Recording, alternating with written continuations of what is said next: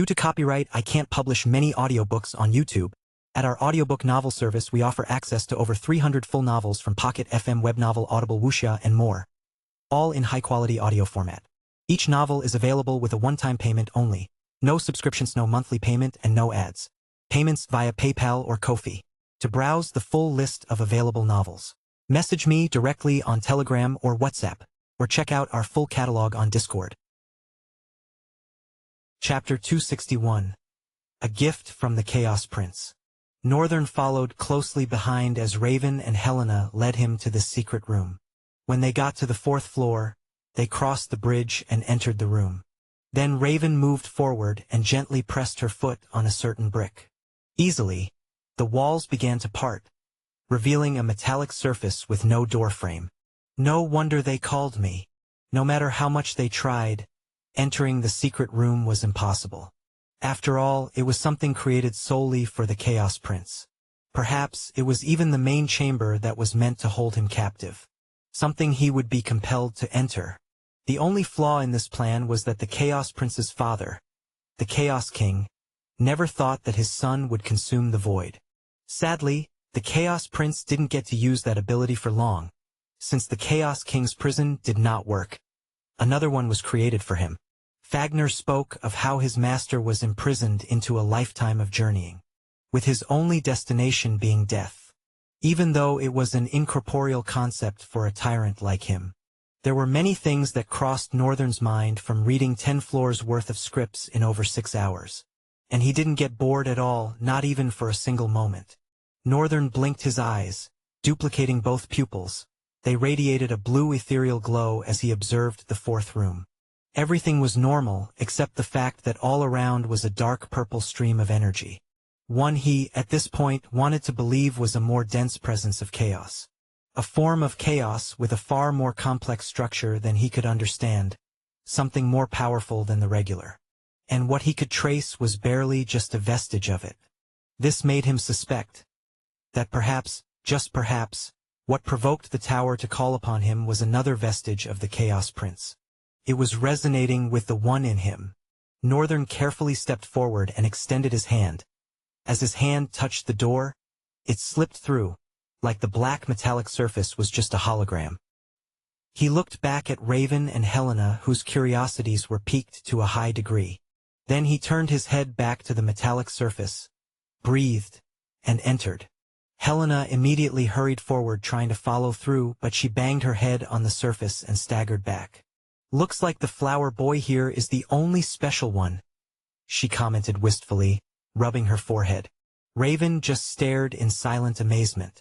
Inside the room was a thick fog of darkness, one that under no circumstances should the eyes of a mortal be able to see through. But the problem, however, was the one that was granted entry had no mortal's eyes. Nor was it belonging to an origin. Tyrant? No. It was a kind of eyes no one had ever seen, not even in history. Shimmering with an azure glow, casting an eerie, mystic, and domineering gaze upon everything it set upon. The darkness parted before it, bowing to the presence of an entity far greater than it had embraced. The air shivered with a tender vibration. Northern could see it all around him, he could feel it in his nerves. This darkness wasn't darkness. These were beings forged from the void. How should he put it? It was a bit tough to explain, but it seemed like the Chaos Prince had some free time on his hands to play with the void before getting imprisoned by the being from the sun, who by now Northern knew as the origin of the sun, light of the world, the burning daystar Tyrus. Since he was the one that brought an end to the Chaos Prince, he was mentioned a couple of times in Fagner's scripts in the tower. These beings, he could tell, were just like what had happened to Night Terror, except that they had their own very souls forged from the void itself. He was not at that level yet. They are definitely here to guard something. Northern looked around. All he could see was a fog of darkness retreating from him. They had no corporeal body and were like thick smoke, but one that was strange at a glance. Northern raised his head a little and asked, power dripping from his tone, "What are you guarding?" His usually hoarse voice came out a bit deeper, resounding like 100 compressed voices just as he spoke with call. Even Northern had not expected that monstrous tongue would proceed out of his mouth as he decided to address them. The darkness crawled further backward and slowly. Like that, the width of the room began to expand, growing wider and wider until the hexagon-shaped room was revealed fully.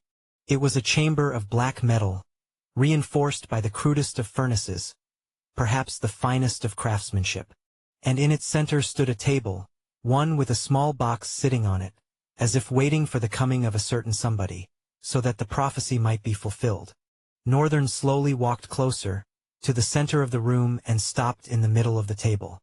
As he extended his hand to pick up the box, it retracted into a mechanism of metals, opening up itself to reveal a magnificent tome, one that sparkled in Northern's eyes.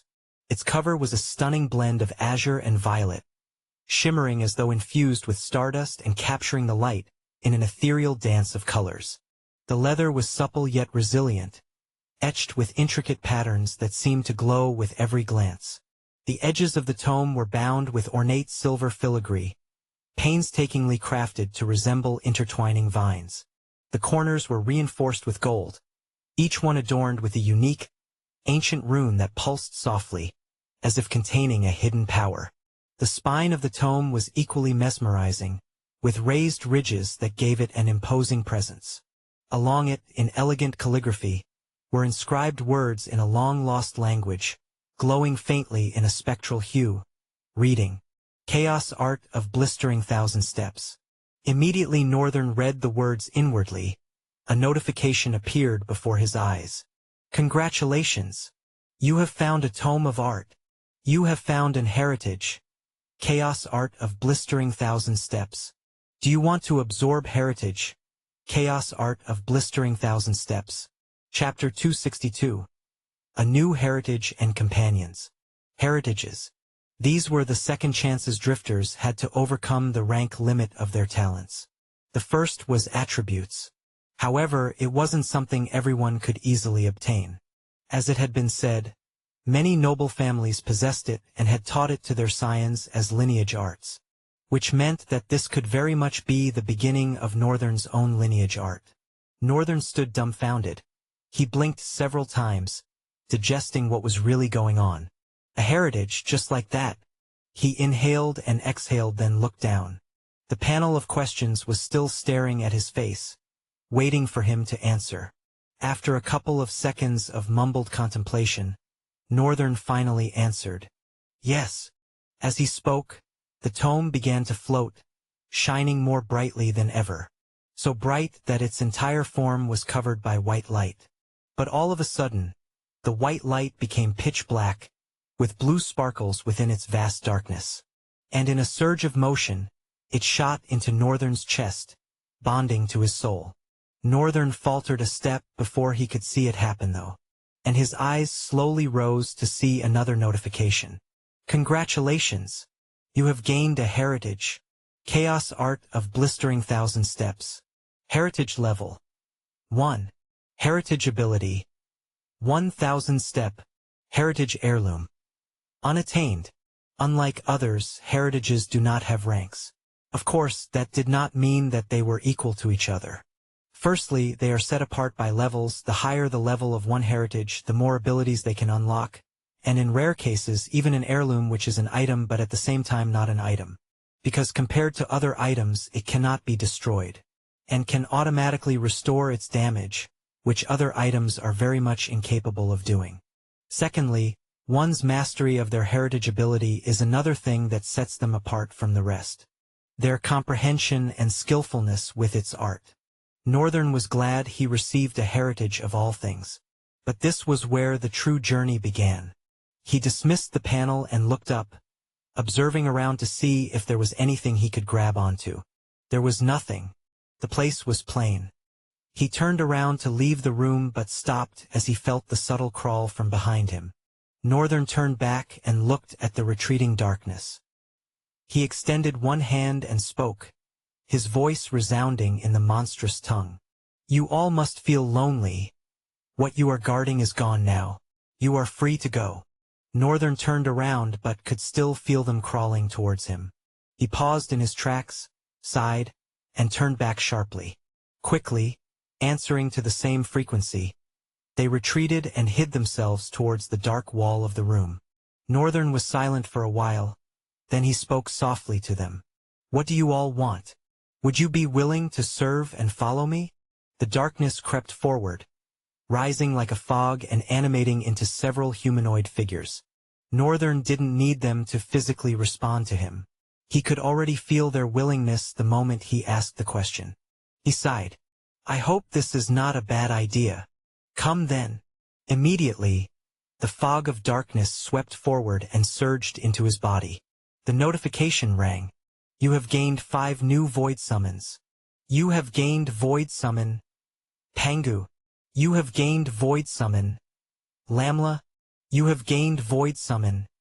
Cuckoo. You have gained void summon. Hentu. You have gained void summon. Shay." Northern stared down for a few seconds and shook his head. "I have to question this Chaos Prince's naming sense. I'd love to see what each of them can do, but I guess that will be later." With that, Northern concluded all he had to do in the secret room and walked right through the wall, almost colliding with Helena, who was trying so hard to hear what was going on inside. The feral sage staggered back and tried to maintain maximum composure because, well, her steez mattered. Northern glared at her for a second but changed the direction of his attention when Raven inquired. "What was in there?" "A tome of arts." He paused for a beat and added, "Don't feel bad. Even if you tried from now till a million years, none of you would have been able to get to it. I think it was specially reserved for me." Raven frowned slightly, narrowing her eyes to observe him before speaking. "So why is it you?" Northern had at this point understood. He had to provide some information to satisfy their curiosity. "Let's consider it a prize for them helping me locate this." He shrugged. "Because I have an attribute that's related to it." Raven's eyes went out of focus for a while. She began muttering to herself. Of course you do. Attributes, after all, are like a touch to the path that leads to the essence of one's true name. Except that in Northern's case, he wasn't sure if his true name and attributes had anything to do with each other. But in most general cases, yes, attributes are always very much related to true names. "So, did you guys find out anything?" Raven shook her head. "No, while most of the books were interesting to look at, they were not like tomes of knowledge that drifters automatically understand. So there was nothing to read. I searched everywhere and everything but found nothing." Northern looked at Helena. "It's just as she said, there was nothing. In some rooms you'll find some day-to-day household items, spoons, plates, quite old though. Actually makes me feel this place is a home. It's a prison. One that became a home," Northern said wistfully. He didn't know why, but now that he said it, he felt so much pity for the Chaos Prince. Fagner did too. He wrote, he was ousted for being different, born from a different stratum, one unlike any tyrant before him. Even his father feared and hated him. Because in truth, he was much closer to the core of chaos than the Chaos King himself was, wielding both light and darkness on equal terms to bring forth an unstoppable wave of destruction. Not even the Chaos King could wield light with darkness. No one who had touched darkness could touch light. And no one who had touched light could seek darkness. But the Chaos Prince understood the peace and balance of both, sought and touched a void that no one ever thought existed. Chapter 263, Onward. Raven and Helena stared at Northern, waiting for a response. Certainly, he would have a lot to share with them. After all, he had been studying the writings on the walls. Northern exhaled and raised his head. "There are a lot of things, and most of them are irrelevant to our cause right now." He stopped for a few seconds, looking down. Then he raised his head and continued, his gaze fiercer.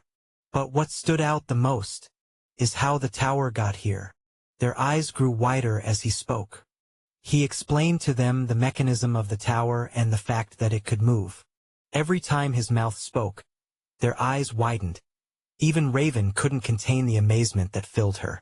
Northern took them to the first floor and showed them the mechanism, explaining that it was supposed to serve as a prison. But he also made sure to leave out some core information that would spin up intrusive questions about what these things had to do with him. Then they got to the main point, which was more concerned about what part of the information Northern had digested was useful toward their quest to the Sleeping Mountain. There was nothing that spoke of the record of the Lord of Lotherlywan. However, the flying ship was mentioned.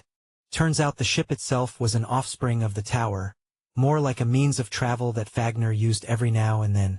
Although little pieces of information were missing, such as why the ship was outside and not inside, who had driven the tower out of the rift, and what exactly happened to that person. There were many speculations.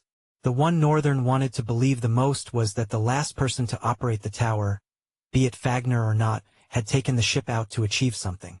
However, they were caught up, probably by the wild and unpredictable monsters out there, which all the more hinted that where they were about to venture was not short of an abyss.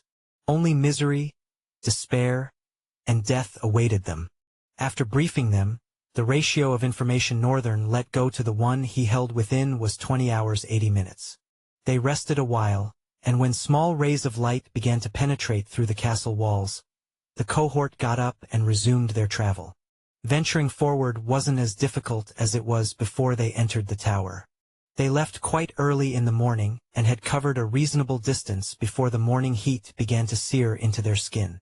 Even at that, it was to a bearable degree, and no one was currently worried about anything. The cohort was unusually silent. Terence was silently walking behind Northern. Raven and Helena walked in front, with the feral sage serving as their pathfinder. While Northern spoke way less, he had not even muttered a word since they left the tower. The fact was, he had a lot more to think about than he had to talk about. His mind was so preoccupied that he didn't even bother himself with how angry he was with Helena before now. He wasn't even currently thinking about the things she had said to him, her opinion of him, and his fears. All that really mattered was the tremendous amount of information he had gotten from the tower. About tyrants, about origins, and about the Chaos Prince's cruel fate. Clearly, in the text, the Chaos Prince was an evil being, one that all forces allied to fight and defeat, and were not even able to. Not until Tyrus got involved. And things didn't go smoothly for him either. Fagner had not stated what happened exactly, but he did say dealing with the Chaos Prince left him in a much direr state. A heavy price, much more than he thought he would be willing to pay. It seemed like the Chaos Prince gave whatever world he was in a lot of trouble to endure. He was a menace. A couple of hours later, as the heat of the daylight star began to get tormenting, they finally reached the mountain. The cohort stood at the threshold of the Sleeping Mountains, where the imposing peaks rose abruptly from the earth, their summits lost in the swirling mists above. The base of the mountains was a magnificent weave of vibrant greens and browns, where the dense forest met the rocky terrain. The air was cool and invigorating, filled with the earthy aroma of damp soil and the fresh scent of pine. Towering trees with thick, gnarled trunks and sprawling canopies formed a dense forest that blanketed the lower slopes.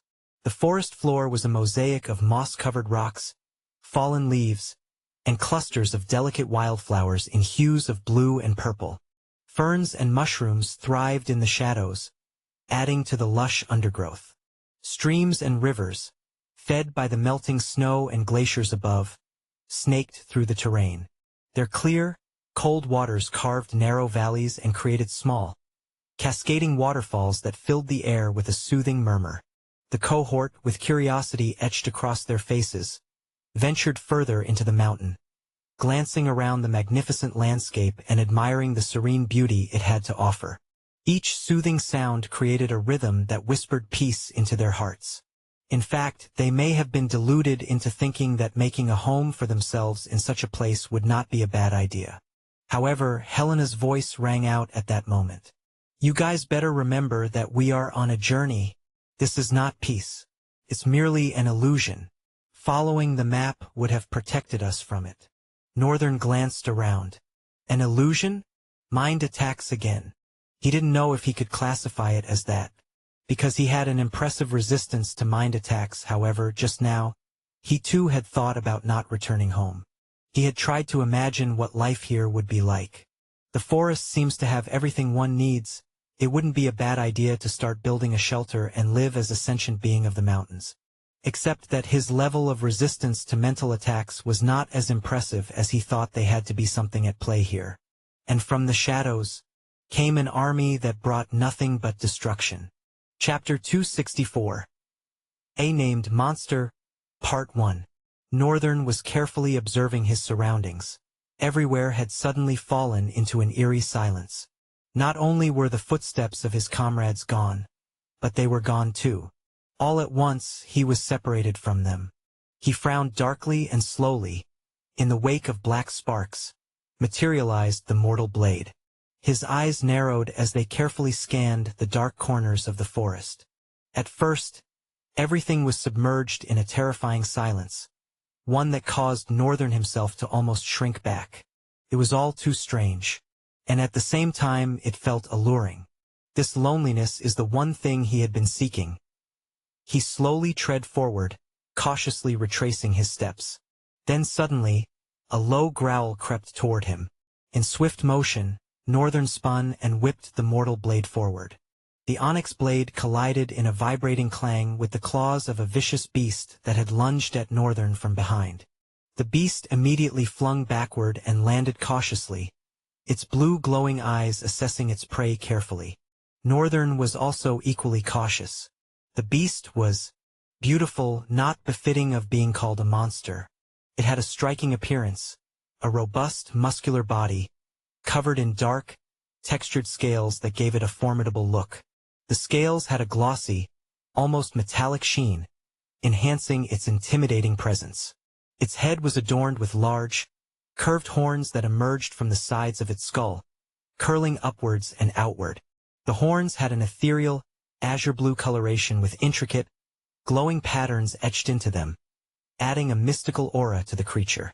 It stood on 4 powerful and sturdy legs that ended in clawed feet and were also tinged with the same azure blue as its horns. These claws appeared sharp and capable of gripping or tearing through tough surfaces. Spikes of the same blue hue protruded from its shoulders and back, each one adorned with similar glowing patterns as its horns, adding to its fearsome appearance. The creature's tail was long and flexible, covered in the same dark scales as its body but transitioning into a lighter, almost white tuft at the end. The creature so well combined elements of beauty and terror such that its presence was almost majestic, but all the same incredibly dangerous. Northern's eyes locked onto it, and then came Chaos Eyes. In that moment, the monster leaped, and Northern dashed forward, sleekly deflecting the monster's claw attack away with the guidance of his sword. He blinked for a moment and repositioned his legs. I guess there's no better time to learn this than now. The heritage ability was already ingrained in his soul, so instinctively, he knew the basics, but the basics were not enough. Each heritage ability was a complex puzzle that the drifter needs to put together to emerge at the true picture and move to the next level. The first push of Northern's leg was a basic understanding of his heritage ability. The ability itself was one that manipulated one's footwork to bring out the best of movement while utilizing leg techniques that used little to no energy, were swift and precise. In essence, the best course of action for a particular movement without wasting too much time and effort. Northern knew this instinctively, and knew the basics of it, but that only marked the beginning. On his own, he was supposed to make this heritage ability work. For him. How? Honestly, he didn't know. He was just going to follow his instincts for now. He wasn't a novice, after all. Even though he had not learned properly, he was sure he knew a thing or two about fighting based on experience. And he hoped he wouldn't be making a mistake deciding to follow the instincts that had been cultivated from that experience. He also had an incredible variable. Formless. A demon of development, flexibility, and adaptability. These attributes enable you to adapt effortlessly to anything: natural phenomena, states of being, mentality, or physicality. You can become anything while applying unparalleled flexibility to reshape yourself. Your formlessness absorbs others' forms into its own. In essence, Formless worked as a foundation that allowed him to add flexibility to himself. And because of it, Northern's most sensible path to directing this new heritage was following his instincts. Since the active ability of Formless is not something he could use consciously yet, Northern sidestepped the beast as it lunged itself directly at him. Then from the side, he swung his sword powerfully, hoping to cleave the beast. But instead, his sword bounced, causing his wrist to vibrate painfully. He stepped back hurriedly as the beast ferociously jumped at him. With an elaborate leg spread, Northern lured it into a wide trap and closed his legs, in the process exploding a perfect cycle kick that threw the monster back, smashing it against the back of a tree. The beast whimpered as it fell and slowly stood back on its feet. Of course, by now, Northern understood that this wasn't just a regular monster. And more so, he could see it. Monster profile. Name: Lumidrake. True name: Daughter of the Fallen Skies. Soul rank: Beast. Danger level: Catastrophe. Attribute: Lord of all. Abilities: Azure Flames, Luminous Burst, Shadow Veil, Regeneration, Azure Flame. Description: It can breathe a stream of ethereal blue fire that not only burns with intense heat, but also has a mesmerizing, hypnotic effect on those who witness it. Luminous Burst. Description: The glowing patterns on its body can flare up, releasing a blinding flash of light that disorients and temporarily blinds enemies. Shadow Veil. Description: The Lumidrake can cloak itself in a shroud of darkness, becoming nearly invisible in dim or dark environments. Regeneration. Description: Drawing on the power of its true name, the Lumidrake can rapidly heal its wounds over time, making it incredibly resilient in battle. Northern straightened his back and let out a deep, heavy, exasperated sigh. Never in his encounters with monsters, he had not had many, but in all that he had had, never had he seen a monster with so many abilities. I thought Maelstrom rank is where they can start getting abilities? Turned out he was wrong. Again. Chapter 265. A Named Monster Part 2. Daughter of the Lost Skies. The beast slowly and majestically moved its powerful legs, its blue eyes gleaming at Northern with the dangerous oversight of a predator eyeing its prey. Northern stood straight, looking at the beautiful monster. To top it all, the mortal blade was unable to get through its scales. With more force it probably would, but the whole thing was just annoying. Northern wondered for a second where the rest of the cohort was and if they were facing the same thing. But he quickly pushed the thought to the back of his head. Right now, he just needed to focus on himself alone. He thought about materializing Kal's soul again, but it wouldn't work like that. Right now, he knew he wouldn't be able to. While he was able to use Kal's soul on another level and execute a level of attack that could even be considered near an ascendance, it placed a great burden on his own soul. Frequent use was bound to cause some damage. So he had decided that putting them on his clone was the most efficient way to use the soul. And right now, that would just seem like cheating. He gained nothing from the fight with the Kirathon and he didn't regret it as much. The situation at the time demanded that the creature be dealt with as soon as possible. But this was a different case. Just like in the rift. He wanted to enjoy this too. Slowly, a twisted grin crept up Northern's face. With an outburst of black sparks, the soul taker appeared in his other hand. Then he shifted his left foot backward a little and lowered his upper body following it. The mortal blade was carelessly resting over his shoulder, while the tip of the soul taker extended outward, glimmering with the ecstasy to be adorned by the nourishing essence of this monster's soul. And, whoosh, Northern disappeared, reappearing behind the monster, already adorned in black armor with blue glows here and there. The Lumidrake jumped fiercely away and instantly recounted itself, lunging at Northern with a ferocious roar from its virulent maw. The Lumidrake's roar echoed through the mountainous landscape, a sound that seemed to make the very air vibrate with its primal power. Northern braced himself, the force of the creature's leap creating a gust of wind that whipped past him. The beast's azure claws glowed ominously, promising nothing but crude devastation. Northern's eyes narrowed, two pupils separating as he gauged the distance. In an instant he twirled, his body a blur of movement, and brought the soul taker up in a sweeping arc. The blade connected with one of the Lumidrake's claws, sending a shower of blue sparks cascading through the air.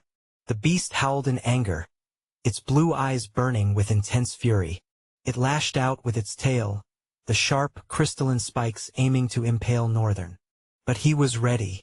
With a deft sidestep, he avoided the deadly appendage and countered with a swift slash from the mortal blade aimed at the creature's exposed flank. However, the Lumadrake was faster than he anticipated.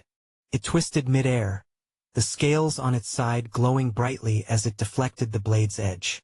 Northern felt the impact vibrate up his arm, and he gritted his teeth, pushing against the force.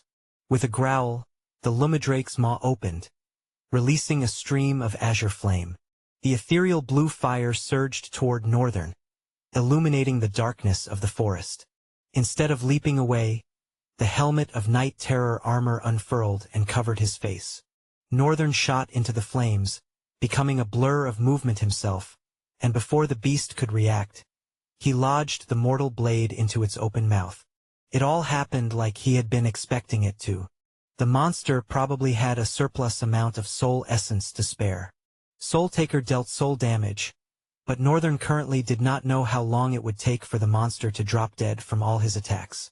If he decided to place all of his hope on the Soul Taker, this could become a battle of attrition. And that would turn out to be a battle he wasn't sure he could win. Besides, he shouldn't just rely on one means. Now he stood as a pillar of objectivity, using all he had in his arsenal to ensure his win. To truly deduce how powerful he was, he dug the onyx blade deeper, flames sparking and shattering as the monster gagged on Northern's sword. Blue gore dripped down like expensive silk. The monster staggered and tried to run, but Northern's hand was already clutching a flaming black lance, poised to lunge forward like a javelin. The air parted as Northern whipped his hand forward. Viciously, the lance impaled the monster, which shuddered a couple more times before finally giving up the ghost.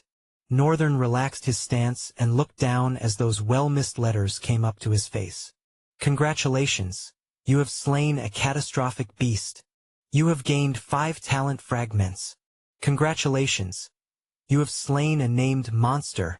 You have absorbed the true name, Daughter of the Lost Skies. Description: in this valley, the Lost Skies ruled and peace reigned. But one day, the dark cloud spread its wings, wreaking havoc with torrents of tornadoes. This is the last gift the Lost Skies could give, appointing a new lord of the valley, to at least preserve the true essence of the valley. Northern found his mouth slightly agape, stunned at this development. So this was how it worked. Because of his name, he could absorb other names. He hadn't really tested it because it demanded practical use. So, he usually considered this ability and chaos his last option. Unless it was a situation that could not be helped, he didn't want to resort to using it. But if it could be used on monsters, that changed the whole story. However, named monsters are quite hard to come across. Northern looked at the corpse of the Lumadrake. Shouldn't have been an easy kill. It wouldn't have been for anyone. He owed it to his magnificent armor. Chapter 266. Bunch of Homewreckers.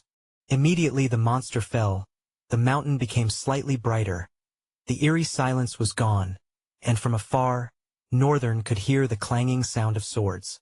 The visor of the night terror armor glowed incandescently as he surged into quick movement, running elegantly, like a terror in the night. Several other Lumadrakes were rampaging against the cohort, but the cohort did not seem to be having any issues repelling the dangerous attacks of the monsters. Even the white-haired girl was holding on well. However, Northern observed through that, compared to the one he fought, they didn't have true names. They also didn't have azure horns or spikes, their tails were not as long, and they generally were not as big. Which meant that one had deliberately come for him. It even separated him from the group to deal with him personally. Why? Should I be honored? Sadly, it met a cruel fate at his hand before he could ask. However, the numbers of the others were quite concerning. Their scales might not have been as hard as those of the one he faced, but judging by the way even Raven was not able to kill them in one strike. Not that they were having a hard time, but usually, for a sage and a master like Raven, they'd be done with this already. Which just proves how strong these monsters were.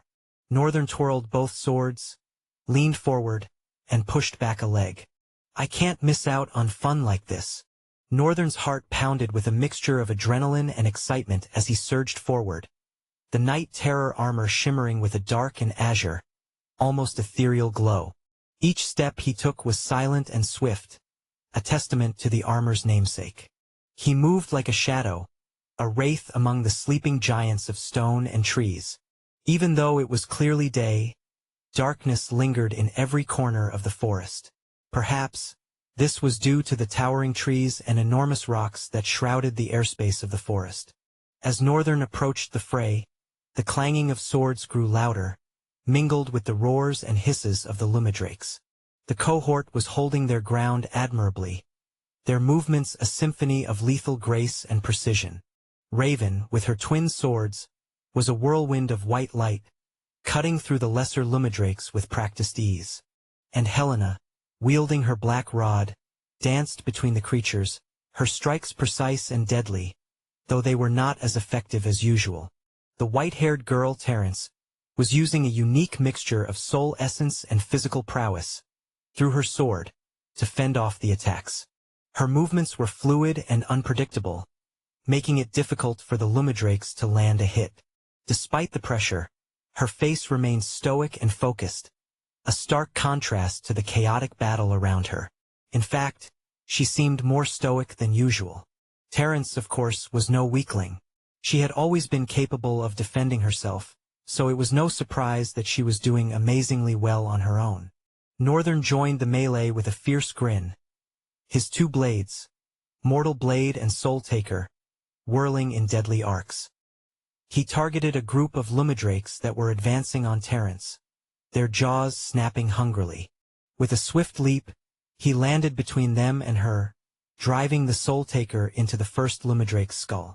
The creature convulsed, its eyes dimming as its essence was drawn into the blade, its soul vanishing with a single hit. At that moment, Northern licked his lips with a grin. He didn't pause. Pulling the blade free, he spun and slashed at another lumidrake with the Mortal Blade, severing its front legs in a single powerful stroke. The beast collapsed with a pained roar, and Northern followed up with a downward strike, ending its life. Terence nodded in gratitude, but there was no time for words. Another lumidrake lunged at Northern, its jaws wide open for a vicious harvest of flesh and blood. He sidestepped just in time, feeling a slight tingle as the monster's gnashing teeth slid across his armor. Using the momentum, he brought both blades down on the creature's neck, decapitating it in one swift motion. Raven appeared beside him, her blades burning with white light as they sliced through the air. "Nice of you to appear now.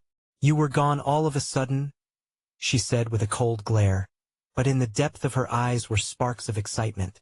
"I suddenly found myself alone. Looks like the leader of these things gave me the honor of a personal visit. Perhaps it deemed me the greatest threat," Northern replied, parrying a lumidrake's claw with the Soul Taker. "But don't worry. I put a good end to it in time to save your asses." A sudden powerful burst sounded, thwum, causing the entire earth to vibrate such that Northern and Raven couldn't help but look at where it came from.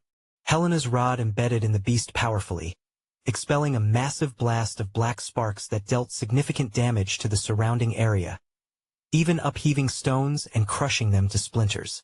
She twisted the weapon, ripping it free and sending a spray of blood into the air, then glared at Northern and said, "More of them are coming." Terence moved closer to Northern. "I guess the fact that you killed their leader explains why they are in such a frenzy." Northern looked down for a minute. Raven noticed and tilted her head slightly. "Is something wrong?" she asked. Northern hesitated, he frowned a little bit, and eventually voiced his concerns. "I feel like we shouldn't be killing them. Because they are beautiful?" No. He shut his eyes and looked down, his hold on both swords getting stronger. Then he uttered, "Because this is their home, and we came to their home. Raven, we can't just enter into the habitat of a bunch of monsters and start killing them. It's not fair." Raven tilted her head a little. "They are monsters. Since when has fairness become a thing?" Northern sighed. "Okay. Maybe I sound weird." Raven narrowed her eyes a little. "You don't just sound weird, you sound odd." If we don't kill them, we will be killed. I know. Northern's eyes scanned the battlefield. Of course, he knew Raven was right. He just couldn't help the way he was feeling. From the deeper recesses of the mountains, more lumidrakes were emerging, their numbers seemingly endless. At this point, they had to find a way to stem the tide, or they would be overwhelmed. Chapter 267, Unfair Deaths.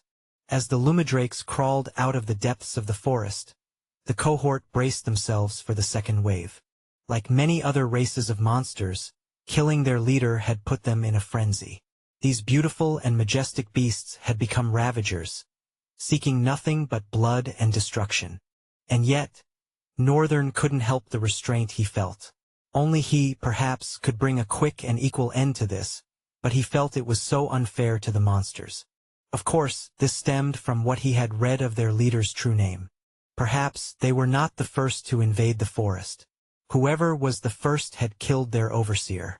And now, they were killing them, felt unjust. But Raven was right, if they didn't fight, they'd be killed. But still, while he was still contemplating, the lumidrakes surged forward, their roars filling the air. Northern suddenly jerked his head up.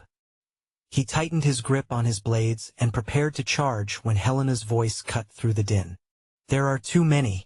We need to find a way to slow them down or we'll be overrun. Raven turned to him. Northern. I know.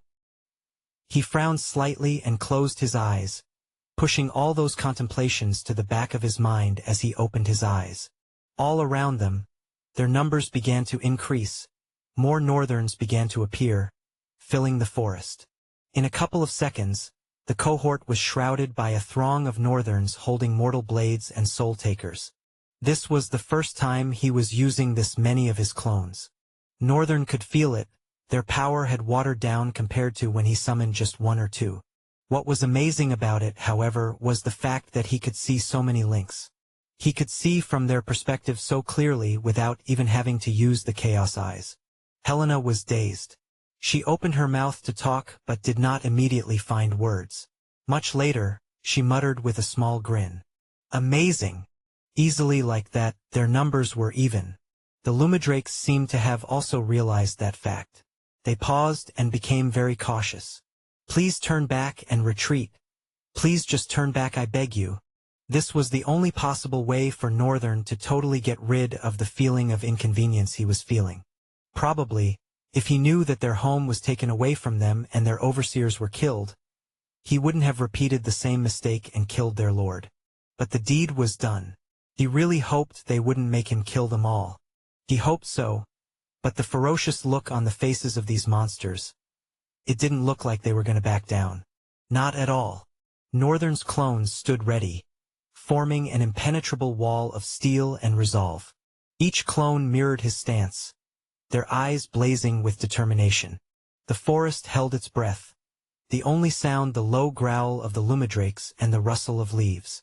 For a moment, it seemed as though Northern's internal plea might be answered. But then one of the lumidrakes roared and charged. The spell was broken, and the others followed, their ferocity undiminished. The lumidrakes crashed into the wall of Northerns, and the forest erupted into chaos. The clash of steel and claws, the roar of beasts, and the grunts of effort and pain filled the air. Northern moved with deadly grace, his blades dancing through the air as he cut down the attacking monsters with a bitter taste in his mouth. Each monster that dropped by his blade made his heart ache. He felt like he was doing something wrong, and gaining talent fragments over and over again did not make him feel any better. Helena, Raven, and Terence fought too. Thanks to Northern's clones acting as shields, they could let loose without worrying too much about themselves. Helena's rod crackled with dark energy, each strike sending waves of destruction through the ranks of lumidrakes. Raven's dual swords flashed like silver lightning, slicing through the air with deadly precision. Terence, her soul essence blazing on her sword like golden sparkles, moved swiftly between the ranks of monsters, her sword a blur of motion. The battle tensed and continued for a while, drowning the forest in a crude clangor of steel. His clones were fighting fiercely, destroying and cutting down the beasts with frightening precision, and he was gaining talent fragments with every tick of the second. In fact, it almost got him wondering why he had not tried this method sooner. Of course, not that he hadn't thought about it, it was just that he didn't feel the need to. Instead of relying heavily on his clone power, Northern wanted to garner more experience and have the whole fight all to himself. While his intention was good, it was a little selfish in some parts of his growth. Because this decision of his had slowed down his talent fragments' influx, therefore affecting his growth. Nonetheless, he was becoming a better fighter. And although he did not know every move of his opponent, and every move of his allies he could see, were being seared into formless. Of course, being able to tap into each overwhelming pool of battle arts was now another question. The fight was drawing out, and Northern was beginning to feel the burden of using so many clones on his reserve of void essence. He needed to do something. Northern switched to Chaos Eyes. Then he began observing the entire battlefield as he moved swiftly through monsters in a wake of lacerations and crude arcs of gore. Towards a hill, he paused and looked back. At this point, he was quite far from the main ground of the fray. Northern raised a hand, and immediately, hundreds of flaming black lances appeared in the air. He swung his hand down, simultaneously ordering his clones to cover Helena, Raven, and Terence. The entire forest shuddered as the flaming lances descended upon the Lumidrakes, each lance piercing through multiple beasts with deadly precision. The explosive impact sent shockwaves through the forest, the force of the blast uprooting trees and sending debris flying. The Lumidrakes roared in agony, their once beautiful and majestic forms now twisted in vicious and unfair deaths. Chapter 268. Clench Your Teeth. Northern watched with a heavy heart as his clones harvested the cores of the fallen monsters. Remnants of the lance's crude obsidian flames flickered upon the ground here and there, and the entire atmosphere had been contained. Terence and Raven were also harvesting some cores, while Helena sat down, heaving unevenly, something clearly amiss from Northern's perspective. But he decided to disregard it, as relations were strained between them after she had rashly voiced her thoughts. He was not angry. In fact, thanks to her words, he was beginning to consciously scrutinize himself more than usual, but he would simply ignore her and abstain from involving himself in her affairs out of pettiness. Raven rose up. The way forward? Northern lingered for a few moments, exchanging glances between the corpse and the surroundings. Raven observed him for a while, then said, "They are mere monsters. Why does it trouble you so?" Northern squinted one eye and glanced upward, then turned. "The way forward is up. We would have to scale the hill." Raven solemnly closed and opened her eyes. Then she looked up the hill. "Wait. Ascending the hill is perilous. And since when did you become our guide? Last I recall, you lost the only thing that could have made our journey effortless." Northern looked at Helena, who had stood up and was fiercely frowning. Raven glanced between them, remaining silent and slowly stepping away from the center of their confrontation. Northern silently stared at the feral sage. He was reaching his limit.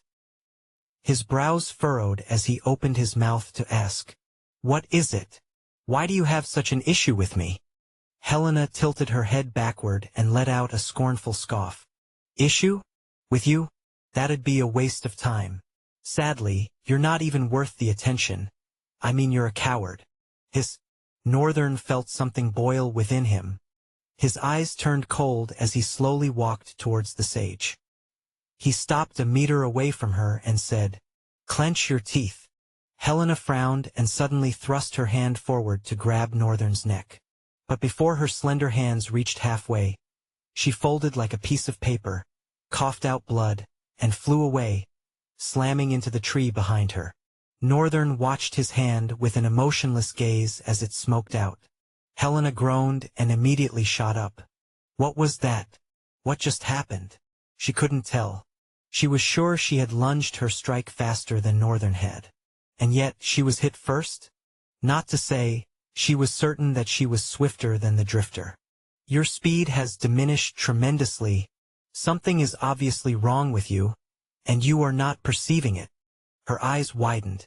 Now that he mentioned it, she noticed that she was tiring faster than usual. She observed it during their battle with the Lumidrakes. But she had thought perhaps she was just worn out from fighting the Kirathon Miner in the forest. She didn't ponder it too much. But it had affected her this severely, that her speed had diminished tremendously, and she couldn't even discern it. If not, how would a drifter like Northern have landed an attack on her? I don't intend to fight you or anything like that. I think you should feel better after coughing up more blood. Helena's frown deepened. What do you mean? I find it quite baffling that you are a sage and you didn't know you had inhaled a poison. Immediately Northern said this, Helena staggered back. She looked at the others with a tense frown. Raven looked at her skin, then noticed it was pale, her face too. But she didn't even seem worried. No stunning shock or surprise etched on her face. She just looked blankly. Terence also looked at her hands. I have resistance to poison effects, so there's no way I would have known. Helena grimaced and growled at Northern. Or you're just using this as an excuse to avoid my wrath. Why would I? I'm actually not scared of fighting you. If I put all my resources together, I am more than confident that I can defeat you. Helena's grimace only darkened. She retorted, her voice brimming with predatory anger. You want to go? You wimp. Northern scoffed and nodded his head. It'd just be a waste of time and effort, really. He turned. You guys can decide where you go. I'm going up, he said and started to climb. His clones, when they were done harvesting all the cores, disappeared one by one, and only one that carried the bottomless bag remained. Raven looked at him and returned her crimson eyes to Helena. You're causing more discord than I expected, and it's quite vexing. I thought you joined the cohort because you were astonished by Northern. Then what the hell is this? For once, with someone other than Northern, her tone brimmed with slight anger. Terence observed both of them from behind for a few seconds, then stepped forward. I'm just going to go with Northern. Raven watched the Oracle walk up the hill. She sighed and looked back at Helena. You just broke our cohort into two. She raised her head and sighed. If I knew Northern was this impressive, I'd have just settled for stealing the map instead of trying to win you over by killing that damned maelstrom. Helena shuddered where she was. Her voice lingered for a while but somberly came out. Truth is. She started but paused for a moment. I blame myself a lot for how AFCON has become. We were kids. Just kids. This horror, this desolation was too much. She bit down on her lips with her head lowered. Damn, I envy him. Raven stared at her coldly. He has everything, talent, luck, he has everything. And yet, he is so understated. Raven frowned slightly. You are mistaken. Helena's brows creased into a small frown. What do you know? I don't know how his life has been before now, but I know one thing. Northern did not survive that rift solely by luck. If it were, I wouldn't be here with him. I still believe he is currently the strongest person in this desolation. Even now, after witnessing the impact of his punch, I'm beginning to question if I can best him. But it does not matter. We need not worry about besting each other or being envious of one another. Because Helena, we are of the same race. We are on the same side here. The enemy is not Northern, the enemy is not AFCON. The enemy is the monsters and the principal who robbed us of our freedom. After speaking, Raven felt her jaw ache. It was the most she had said in her entire life. She cast a look at Helena. Get your priorities straight, Helena. Let's go. And you owe Northern an apology. Chapter 269. Down Below, Part 1. Northern stood at the edge of the hill, looking over at the other side. What he saw made his face pale, paler than usual. His eyes almost shuddered. Towering rock pillars, covered in dense, green vegetation, rose sharply from the ground, piercing through a sea of clouds. These pillars were characterized by their steep, sheer cliffs and varying heights, creating a dramatic and awe-inspiring view. Some of the pillars were connected by natural stone bridges, adding a mystical feel to the place. The entire place was bathed in soft, diffuse sunlight, with clouds shrouding their depths. Terence also reached Northern's side and slightly opened her mouth. How are we supposed to cross? Northern's gaze was fixed on the daunting landscape as he responded. We fly, I guess. Terence looked at him. Northern, can you fly? No. She averted her gaze and looked over the landscape, watching with a tender blink of her gorgeous eyes. Both of them watched in silence. After a couple of seconds, Northern smiled and muttered, That's it. But Terence could hear him quite well. So, she asked, What is that? The pillars. They rise and fall at different intervals. Terence squinted her eyes and intoned slowly, I'm not sure I understand you. Northern pointed towards the stone. If you observe closely, there's a slight movement upwards. Simultaneously, the one following that pillar goes a little bit downwards. He looked at her. It's like a breath in and out. One pillar moves down, the other up, and vice versa. If we time our jumping to when the pillar is going down, we should be able to land on it. He paused and added, At least enough to grab onto something. Terence stared at the floating pillars, trying to see the movement. I get what you are saying, but, Northern, I don't see anything. Of course, she didn't. Not everyone had his eyes. I forgot. Just as he looked back to the hovering pillars, Raven climbed up and stood next to him. She didn't look surprised. Northern glanced at her face. Of course she knows. She probably read about it in the diary. More than any of them, Raven probably knew the most about what they were going to face. Eb and Helena, who should have been their guide, was pretty useless so far. Oh, she did guide them through the desert. She was the reason why they had not walked off course, so she does deserve some credit. So how do you plan to cross? He asked. Raven extended her hand. White sparks began to fly out and soon materialized into a magnificent kite-shaped shield, tapering to a point at the bottom. It had a black, lusterless surface that gave it a shadowy appearance. And the centerpiece of the shield was an intricate depiction of a bird with its wings partially spread as if caught mid-caw. The bird's eyes emitted a faint, eerie glow, adding to the shield's ominous aura. Raven placed the shield on her back and jumped. Terence reached out in haste, but the young lady had already dove down the hill. Northern had a slight frown on his face, and Helena, who just climbed up, was wearing an unusually silent expression. Finally, Raven came back up, long black wings fluttering behind her. She closed in on Terence and extended her hand. Would you allow me to take you? Terence looked at her and smiled a little. Sure. Raven picked the oracle up in her arms, looked at Northern and Helena, then flew away. Northern gritted his teeth inwardly. He tried to think if there was any way possible for him to fly. He didn't even think he had any monster soul that could fly. He shook his head in pity for himself, trying not to glance at the person standing next to him. He braced himself. Carefully using chaos eyes, he watched as the stone pillar lowered. Immediately, Northern leaped into the air, covering an outstanding distance. He landed gallantly on the pillar, staggered due to its rough surface but managed not to slip off. Seconds later, Helena landed on another pillar. It seemed like her entire weight and landing power had caused the stone pillar to wobble slightly. Before he could take his eyes off her, she leaped away in a wake of splinters, landing on another stone pillar fiercely, with no fumble in her composure unlike him. Damn it! The power of sages! He sighed and shot into the air, swinging his legs wildly as he descended.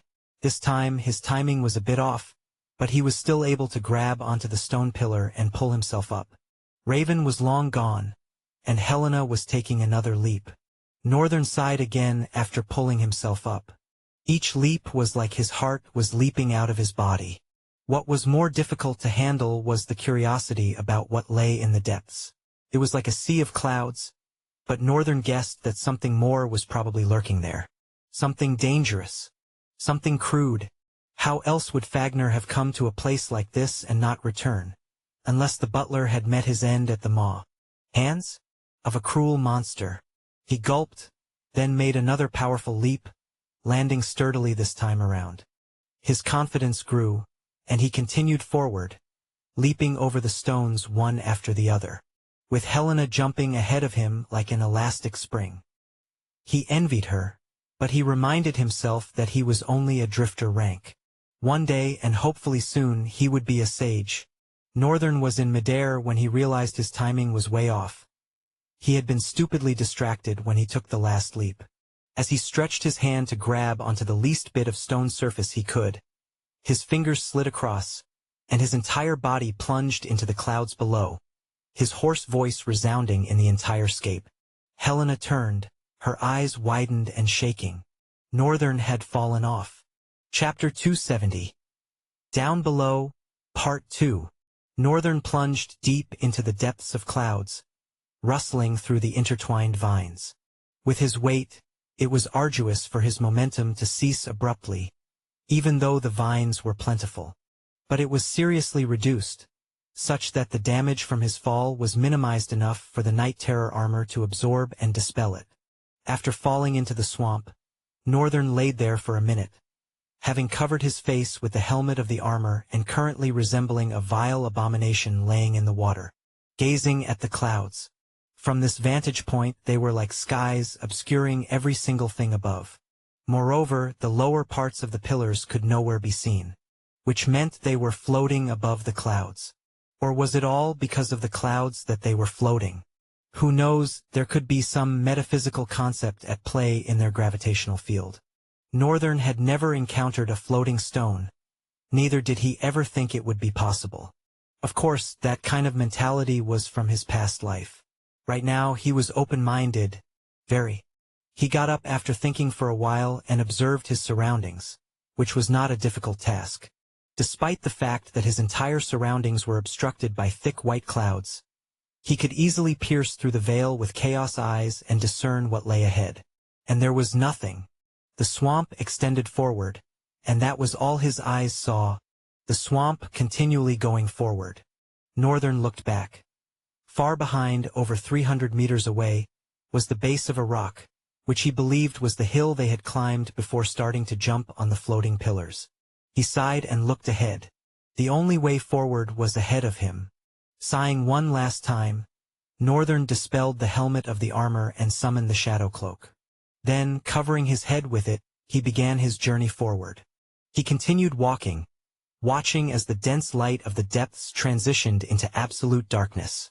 Soon, he could be seen walking forward like a moving wraith of darkness, unmoved by the eerie sounds that crawled around him. Northern continued forward, bored in his mind. Even if he wanted to rest, he couldn't, as it wasn't like he would sit down inside the swampy water. Sometimes when he trudged forward, his steps were often held back by stubborn vines, and they would seem so alive, as if begging him not to go forward. Some would be so strong that Northern wouldn't be able to cut free with his sheer force. He'd have to use the mortal blade. And so he knew that it was possible that should he lose guard and decide to rest, he could get kidnapped by the vines. Who knows what would happen then? The only thing he could do was move forward. And that is exactly what he continued to do. At some point through the night, he got so sleepy that he felt he wanted to rest. He could just assign his movement to two of his clones. One would carry his body, and the other would act as a guard. But he didn't want to do that in the thick of the night. Because of the unpredictability of the night, he decided he would rest better when it was day. And he continued to go forward. And just as his perception had warned him, he was right to make that call. Northern was constantly using chaos eyes, so before he came within 100 meters of it, he had seen it. The strange creatures that were lurking this deep in the swampy area. At first, he thought it was just one. But out of caution, he decided to survey deeper with chaos eyes. And he could see that this part of the swamp was brimming with diverse kinds of monsters, shrouded in the cloud mist and the swamp water. Undoubtedly, it was their natural habitat. And it probably took this long to sight them because of the lumidrakes. Those ones were too much not to have caused several other monsters to retreat deeper into the depths. However, it was not the numbers of these monsters or how strong they could be that truly bothered Northern. It was something else. Something much worse. With the mortal blade in one hand, Northern summoned the Soul Taker to the other and continued forward, cautiously. Chaos Eyes was carefully and keenly observing his surroundings, even as he walked forward, seemingly carelessly. He had already locked his gaze on the first monster, which didn't perceive him until he got around 50 meters away from it. With his next step, the water rippled softly. He paused and looked down. The rippling of the water was even and was as though there were several points of vibration beneath the surface. Northern narrowed his eyes to a slit and carefully clenched his grip around both of his delightful swords. Suddenly, a creature plunged out of the swamp in a heavy shower of dirty water. Immediately, the helmet folded out, protecting Northern's face at the same time, unveiling the fearsome visage of a horrendous creature. Northern took a chaos stance, instinctively appreciating another opportunity to use the heritage ability. As the waters cleared, a massive creature was revealed before his eyes. Not that he didn't already know what it was, so there was no hint of surprise on his face. In fact, the envisage of his helmet carried a vile, unreadable expression, one that hinted at only darkness. Beneath them, however, his eyes were brimming with heightened resolve. He was finally alone again. Oh, how he missed the bliss of being alone. He could finally go all out without having to worry about anything. Helena landed on the next hill. Raven and Terence were there waiting for them. Terence looked behind her and frowned slightly. Then she looked at Helena. "I don't see Northern." Helena's face contorted somberly. Her countenance fell, and she bit down on her lips. "He fell." Raven glared at her. "Helena!" She looked up. Her eyes were deeply furrowed. She was fiercely angry. Raven's eyes widened as she saw Helena's face. She could tell that look. She could tell that the feral sage was incredibly mad at herself. It wasn't enough to let her off the hook for letting Northern fall just like that. But at this point, saying nothing regarding the entire situation was probably the best solution. She was silent for a few moments. Then Terence spoke. "None of us, especially Northern, would have just let you fall like that." Helena wanted to talk but stopped midway. Raven let out a pale smile and suddenly pierced her with a crimson glare, saying, "Continue forward. Protect her even if your life depends on it." Terence looked at Raven. "Rave!" Before she could completely call her, Raven dove into the depths below. Chapter 271. The Armored Serpent. Northern's breath caught in his throat, the air around him thick with tension. This terrifying horror shifted ever so slightly, its overlapping glossy plates clinking like the sound of a distant thunderstorm. The swamp beneath it bubbled and hissed, as some liquid seeped into the murky waters. Northern's azure eyes darted across the monstrosity, taking in every detail. The creature's numerous legs, each tipped with a razor-sharp point, moved in a slow, rhythmic pattern, causing the ground to tremble subtly. Each step seemed to carry the weight of doom, pressing down on the marshland with a palpable sense of dread. Its antennae, long and sinuous, twitched incessantly, as if tasting the very air, searching for any sign of threat or prey. A soft, eerie glow emanated from the creature's eyes, multifaceted orbs that gleamed with an otherworldly light. They scanned the surroundings with a cold, calculating precision, missing nothing. Northern felt a shiver run down his spine as those eyes briefly locked onto his, a silent promise of pain and destruction. The creature's head, crowned with deadly mandibles, moved slightly, dripping green, corrosive liquid onto the swamp. The air around it seemed to sizzle and warp, a visible distortion that spoke of the potency of its venom. Northern could smell it from where he stood, a sharp, acrid stench that stung his nostrils and made his eyes water. Using he could deduce how strong it was. Monster profile. Name: Armored Serpent. True name: Unattained. Soul rank: Hellion. Danger level: Disaster. Attributes: Curse of the Damned. Northern for once wished he could peek into the details of attributes, but he doubted if that was possible. To put it in a way, he has been breaking the rules so much, he wasn't sure if that much wouldn't be an overdue. Not that he minded, he just wasn't optimistic. He could feel the weight of his weapons, Mortal Blade and Soul Taker, in his hands. The blades felt heavy with the gravity of the impending battle. He knew that one wrong move could be devastating, so he had to be cautious, however, not that he was scared. He had faced horrors before, and this wasn't any different. Its imposing size and aura hinted at a different idea, though. But Northern wasn't at all scared of doing away to this one. If anything, he looked forward to it, albeit with intense caution. He didn't have a life to spare after all. Northern adjusted his grip on his swords, the metal cool and reassuring against his armored hands. His eyes narrowed, focusing intently on the armored serpent. The armored serpent let out a low, rumbling hiss, the sound reverberating through the swamp like a death knell. It shifted its weight, its many legs digging into the soft ground, preparing to strike. Chaos Eyes could see the muscles beneath its armored plates tensing, the creature coiling slightly as if to spring forward. A bead of sweat trickled down Northern's forehead, but he remained still, waiting for the perfect moment.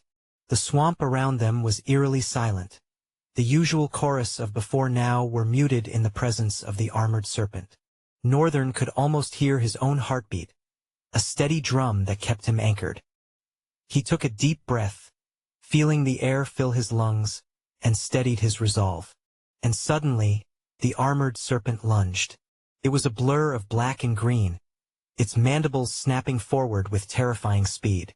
Northern reacted instinctively, throwing himself to the side, rolling across the murky waters. He felt the rush of air as the mandibles missed him by inches, the surface where he had stood moments before now a sizzling crater of acid that separated the water bodies. Northern sprang to his feet, both swords at the ready. Chaos Eyes gleamed for a second as they saw something.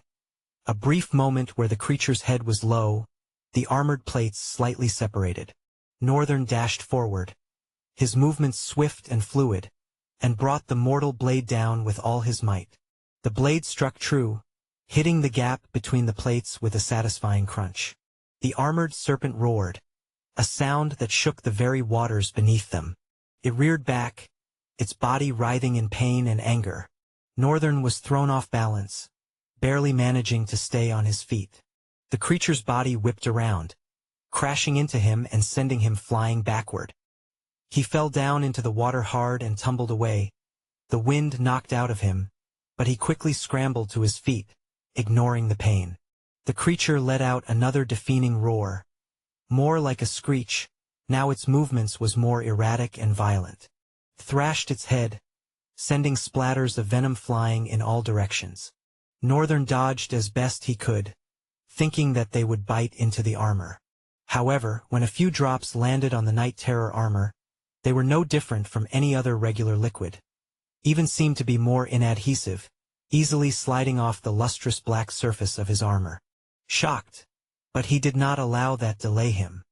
He darted to the side, keeping his eyes on the creature's movements, looking for another opportunity to strike. The creature turned to follow him, its eyes glinting with malice. Northern lunged forward, Soul Taker shimmering with a ghastly glow in his hand.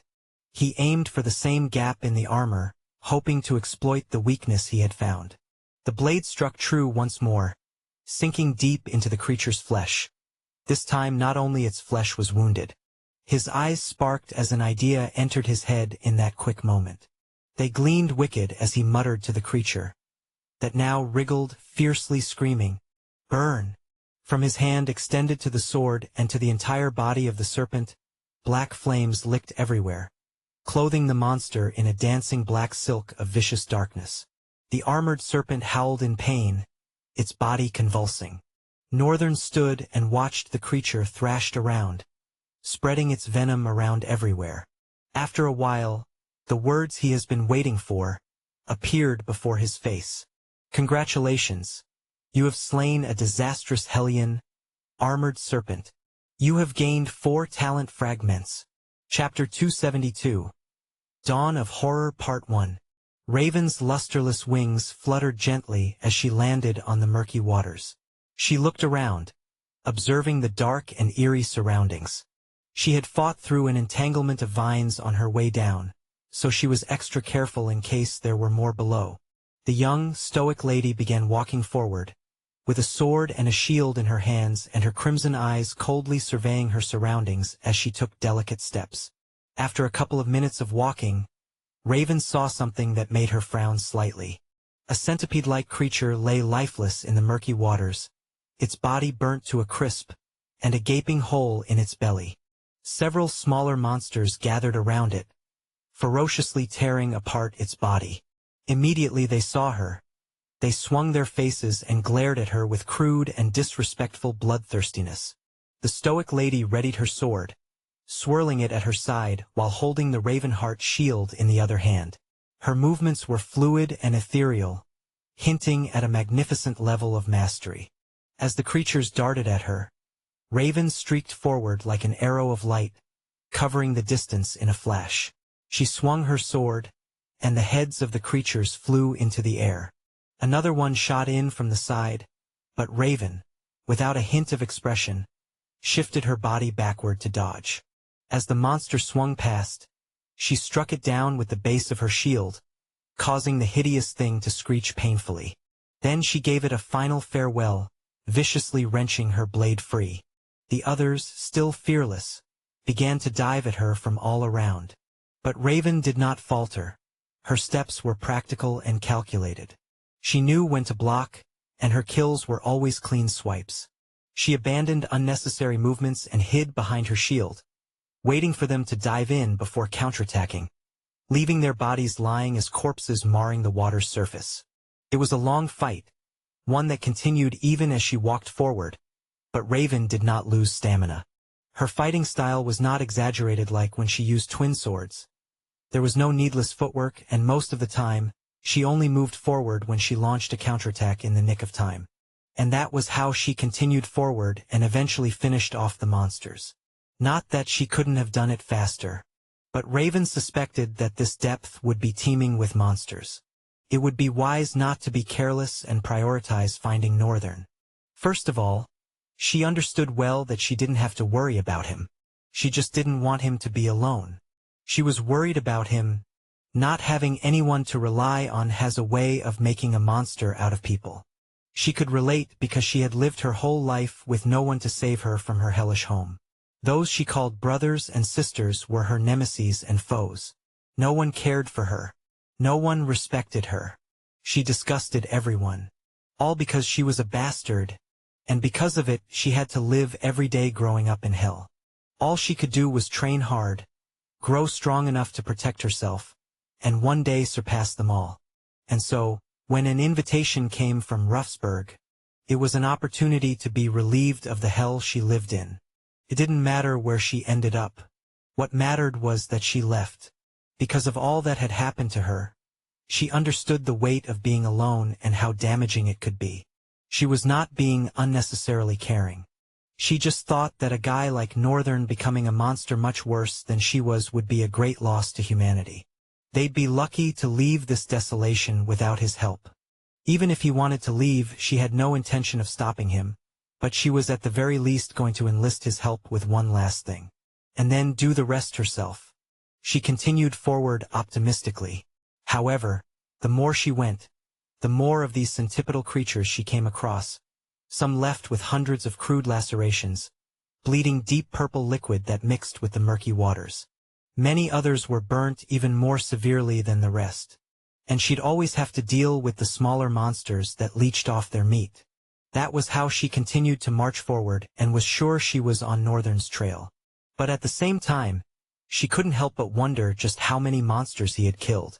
She had probably come across over 10 of those centipedal monsters, all of them killed by him alone. When she thought about it, it was kind of unbelievable that he had never taken any prior training before his first rift. He was truly remarkable, a diamond in the rough. She pressed forward with determination, cutting through her adversaries with frightening precision. The more forward she moved, the more she found corpses of monsters. Now there were distinct types. She could see insect-like creatures with no wings lying helplessly on the ground, their bodies violated in the crudest of ways by someone's blade. She couldn't help but imagine how the battles would have played out. At times, she wondered if Northern's stamina had even diminished. He should be tired. I will probably catch up to him soon, she thought, but what she only caught up with was more bloody corpses and more leeches to fight off. Full of anticipation, she continued forward and began to notice something. The air around the area she was heading toward became much colder. She could feel that something was wrong. Raven narrowed her eyes and displaced her shield, then summoned one more sword. Instead of taking it slow, she deduced she might not be able to afford such luxury if there was something in this depth that could threaten her or Northern's life. The stoic lady pressed forward cautiously, and eventually what she saw made her mouth drop. Chapter 273, Dawn of Horror, Part 2. There was a shimmering pillar of light that cast a thick shadow on the small hill. No, it wasn't a hill. Raven squinted as she stepped closer. She could see clearly. It wasn't a hill, but a single monster, the same centipedal creatures she had been encountering, but this one was imposingly massive. Even though its body was folded into a heap, it was still colossal and enormous, which meant it would have been far more formidable and powerful when alive. She craned her neck and narrowed her eyes. There was a human sitting atop the corpse of the monster, his rough and mangled white hair fluttering gently in the wind, face marred with violet blood, and azure eyes shone down with a predatory intensity, almost sending shivers into her bones. The human jumped down effortlessly, causing heavy distress in the waters. He looked at her for a couple of seconds, then sighed and looked away, turning towards the white pillar of light. "What are you doing here?" he asked. "I heard you fell, so I came after you." Northern was silent as she continued. "I have wings. We can go back up and continue our journey." Northern looked up. The whole place was shrouded in gloomy clouds, the scene beyond darkly obscured. He looked at the pillar of light and narrowed his eyes fiercely. "I don't have any intention of going back up." Raven arched her brow. "What do you mean?" "It's simple," Northern said, pausing to look at the pillar of light before continuing. "That right there, Raven, is a rift." She looked up at the shimmering pillar of light. Now that she looked closer, she could see the slight cracks in space formed by it. Raven frowned a little and brought her eyes back to Northern. Northern continued, "I'm going inside." Her eyes widened immediately but creased back again. "Northern, that's perilous. Judging by the amount of essence it's exuding, it's going to be one hell of a rift. Why go into it? It's a Tier 4 rift. I'm guessing it would be around the same level of difficulty as the rift I was in." His words were delayed by a single breath before continuing. "If it's the same level of difficulty, I want to see something for myself. This is a Tier 4 rift. The rift you came from was a Tier V. It only evolved at the end." "Wait, Northern, that's not even the point here. To challenge a Tier 4 rift, a party of at least 6 drifters needs to be assembled, with the inclusion of a master and a savant or 2 masters. And you want to just enter into it like that?" Northern shrugged. "I've done it before. I'm sure this time it will be way easier."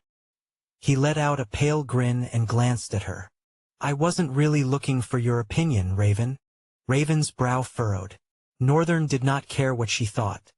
Instead, he marched forward. She watched with a tight frown as the white-haired boy continued forward without any hesitation. This was not something they should just be marching into. They needed maximum preparation. They needed a plan. It was vexing that Northern was doing this, and she by now understood that there was nothing she could do to stop him. Hence, she was only left with one option.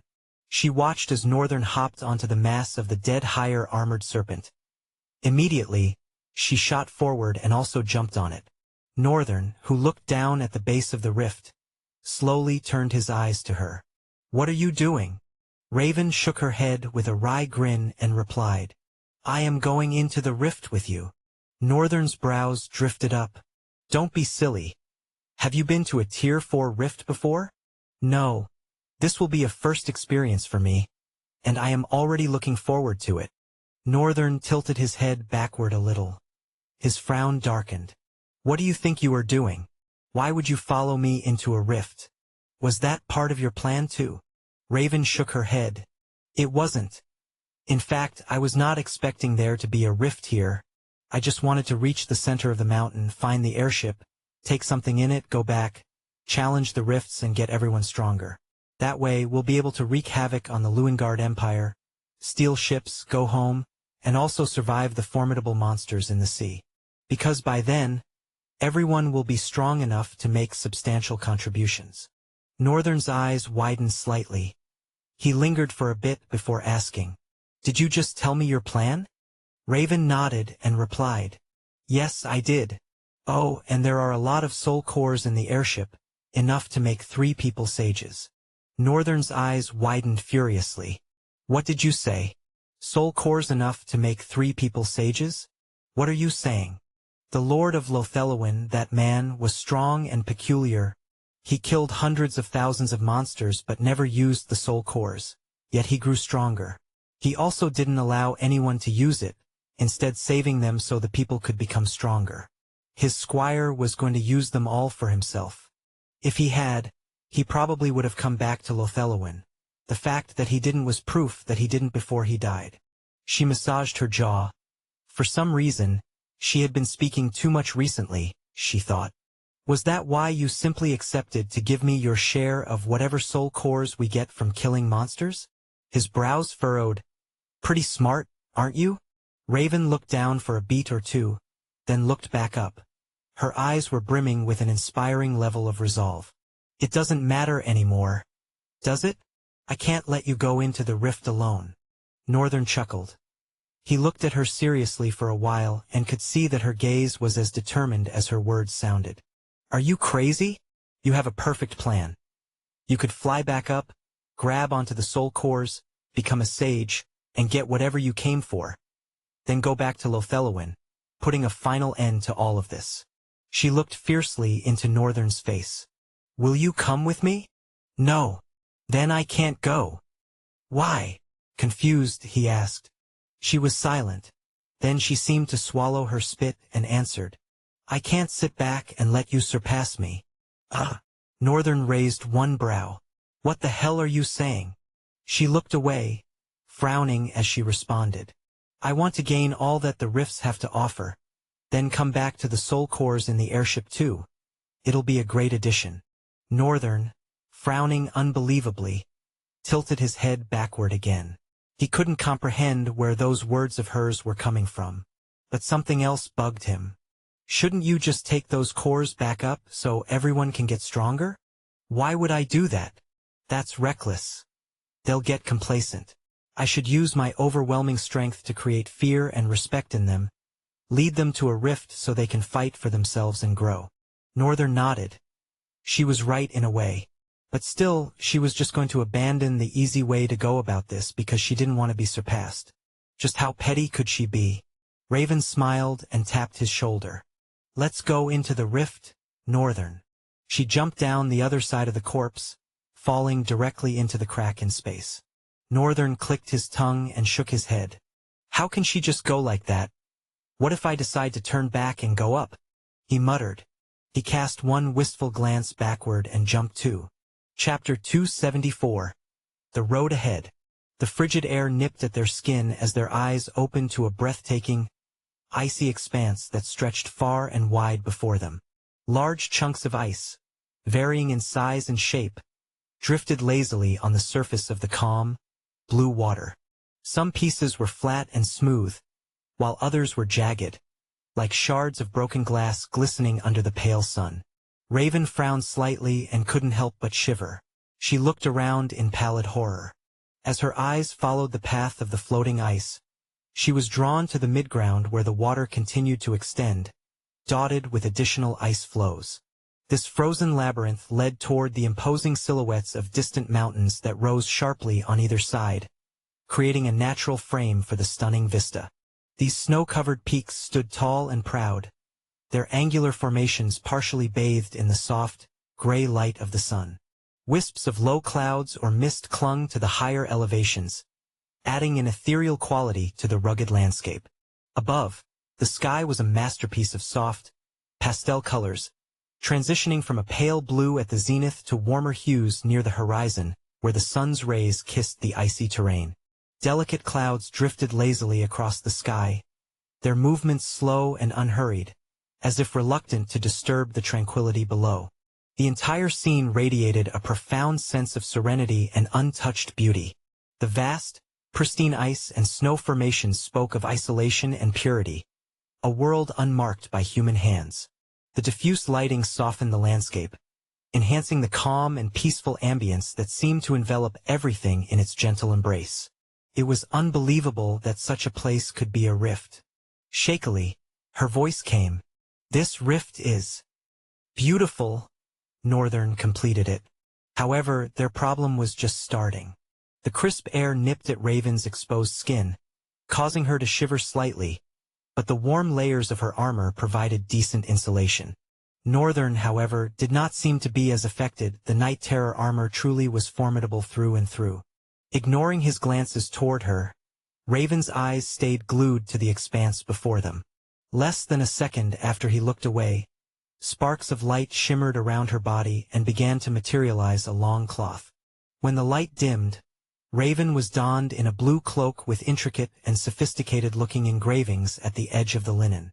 It looked ethereal and aesthetic. She pulled the cloak tighter, tucking her hands into the furred lining as she gazed out over the frozen labyrinth before them. The chill stung her cheeks, but it was almost invigorating after being cooped up elsewhere. Northern blew out a frosty breath cloud as he said, "How do we move forward?" Raven was silent for a while. Then she retorted, "Should we perhaps try targeting the solid surfaces on the water? We stand the chance of falling into the water, and it'll probably not take 10 minutes to freeze up. Although I suspect that it might take much longer for me." He could barely even feel the cold, but from the way Raven was still shivering despite equipping a cloak, he could tell. The scenery was also enough to deduce that much. "So what should we do?" "What you said we'd do. I was only stating my concern. For now it's the only way forward. We just have to avoid falling into the water, I guess.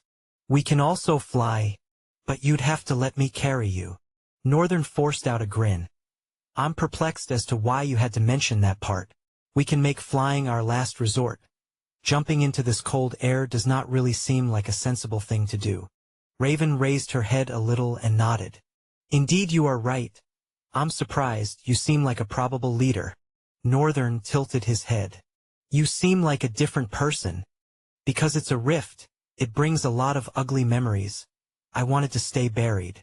He took a long, wistful pause and added, "Maybe that was a wrong move. Those ugly pasts built me. Maybe trying my best not to think of them had watered down the sort of person I should have been." Raven stared at him blankly. It looked like he was talking to himself instead of her. He shook his head slightly. "Well, it does not matter.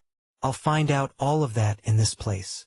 Raven's hair danced gently as she swung her face to the side, observing the landscape once more. Then finally looked back to the front as Northern spoke. "Let's go." After a couple of hours of waiting on the edge of the cliff, Helena and Terence were beginning to get skeptical.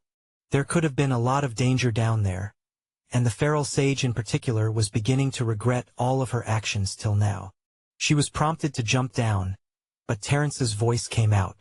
"Jumping after them will accomplish nothing." Helena looked at the oracle, wondering how she had known when she didn't even move yet.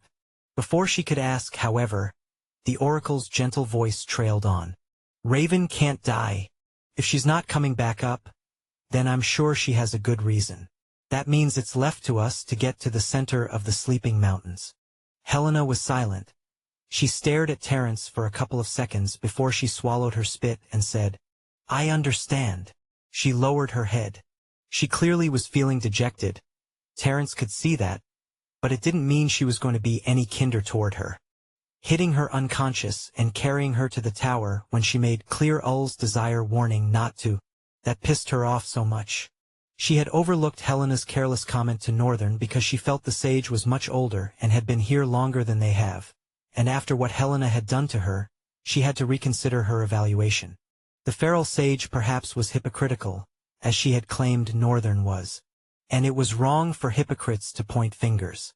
Terence sighed and uttered in a low tone, "For now, we will continue alone to the center of the mountains."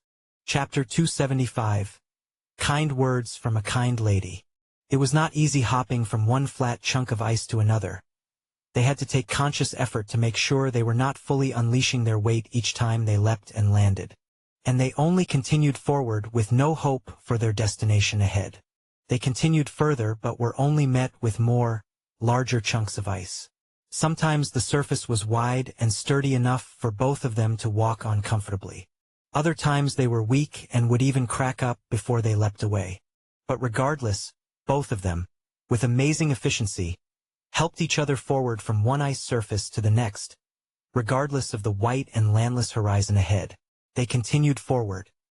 The night slowly set upon them, not that there was anything they could do about it. They had to look for a way to survive the night as the cold began to get more intense.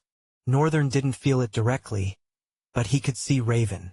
Watching her shiver seriously made him realize, she's only human. The level of cold that was biting deep into her bones was beginning to get in the way of her movement. Even her legs trembled as she tried to walk. No doubt, the level of coldness rose tenfold at night, and Northern couldn't even figure out why. He didn't need to, however. He didn't feel compelled to. The priority right now should be facing the monsters in it and winning through it all. Maybe if he had a bit of interest in geography, astronomy, or whatever it was, maybe that would have been a different story. Northern looked up as they settled on a slightly bigger surface of ice. Beneath the star-studded sky, a celestial dance of green and blue hues unfurled across the heavens, casting an uncanny glow over the icy landscape. The skylights, ethereal and mesmerizing, painted the night with their luminous trails, illuminating the frozen realm below with a spectral light. Northern sighed and crouched beside the shivering Raven. He looked at her with a hint of pity reflecting on his face, then threw his gaze away before her head turned. At. There was no word that she'd speak that didn't break apart. Northern investigated their surroundings before responding to her. We have to look for an enclosure of any sort, or else you'll freeze to death before morning. Despite the intense shivers, she forced out a grin. What is this? Are you worried about me? Her voice trembled heavily. Northern looked up. He was very unsure what his response should be at a time like this. She was in a very vulnerable state, and he should at least show a little pity, should he not? However, Raven's voice sounded once more. Still, I'm quite surprised. You seem to be doing well. Too well. Northern looked down and gently placed his hand on the chest of his black, lustrous armor. It's impressive than it looks. She nodded shakily. You got that from killing the Rift Guardian? She let out a terrifying sneeze immediately. Should you even be talking? What difference does it make? Answer my question. She looked at him. Northern took a bit of time in silence and then answered, well, I got it from killing the Rift Core. The Rift Core, Night Terror, he killed the Rift Guardian. Raven let out a pale smile and commented, how strange. Northern looked at her with an inquisitive intensity deep in his eyes. What? Nothing, just that. You are using he for a monster, and you feel uncomfortable killing one. You are quite the hypocrite, aren't you? Northern frowned. I can't control the things I feel.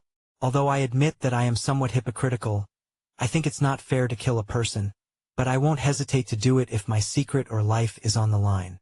I won't hesitate to do it if it's to protect the people I love. He took a pause to breathe before he continued. I also think monsters perhaps deserve peace too. Strange, isn't it? But I've lived among them to know they deserve a chance at peace. A chance to live. But then I think sometimes, if it comes down to it, do I have the conviction not to kill them? After all, killing monsters is the only way to get stronger. Raven breathed out. The air almost froze her nostrils, causing her to sneeze a couple of times, but that only made it worse. She felt like her throat was getting clogged. But Northern quickly helped her. He supported her back and created a black fire in one hand, and moved it close to her face. It's dangerous, so don't move too close. Raven slowly steadied her breath. The heat of the fire slowly melted the ice in her nostrils, and soon reached her nostrils. She began to feel better and sighed. Thank you, she appreciated Northern with a soft smile. It's fine, he said and held his hand before her face for a while. The two of them fell silent for a couple of minutes. Then Raven's voice came forth. Nobody is perfect, Northern, and it's fine not to have it all figured out yet. I'm sure even I have a lot of things to figure out. My family, well, they are a crude and complicated bunch and have twisted my view of everything. But these past few months in Stelia have had me questioning everything I've learned while growing up. She paused and stared wistfully to their front. I think the most important thing is that we leave a lot of room for growth. Northern watched her with a blank expression on his face. Hearing her say those words was so shocking that his face was rid of any particular expression. But a beat later, his white brows creased into a gloomy frown. Raven, observing the darkness that hovered around him, looked up slightly and asked, "What is wrong?"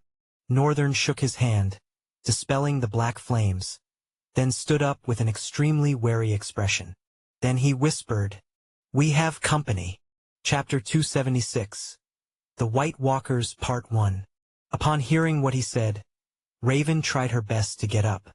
It was harder than she had expected it to be. She had been crouching for a while, so her joints freaking ached as she tried to stand up. But it was not enough to make her worried.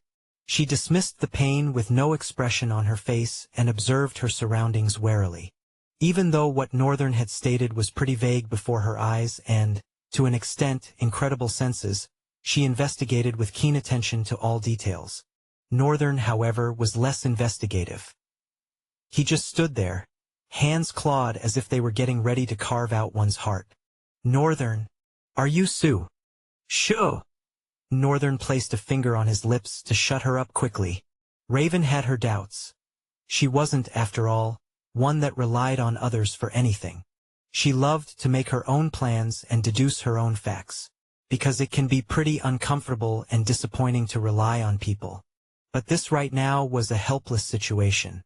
Pained her to admit it, but she had no choice. Really. Northern could see clearly, even though he couldn't see the creatures' forms directly. He could see their chaos constructs. Right now, they were all inside the cold water, floating at the very edge of the ice surface Northern and Raven were on. The striking thing about them was that their chaos constructs rhymed so well with that of the water bodies, such that Northern would have not noticed they were there. Sense was what had picked up their presence at first. They are probably monsters that can adapt quite well with the water, Northern deduced. He supposed that the water gave them some sort of invisibility, extreme cold resistance too. He wouldn't be surprised to find out the existence of more abilities related to this climate, because their chaos constructs were almost perfectly the same, except for some little ligatures here and there. And those were what sustained the differences between the essence of a monster and that of water. No matter how similar their compositions were, in the end, water is water, and a monster is a monster. Neither is any of each other. Those ligatures were there to uphold that fundamental fact. Of course, Northern had a wild idea that if he probably messed with the chaos construct of the monster, he could tweak even those fundamental principles. But he didn't think that wasn't going to come without some heavy backlash.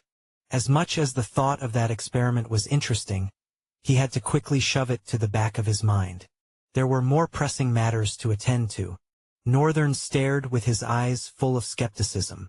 Raven stayed next to him, silent and trying her best to, for once, trust him.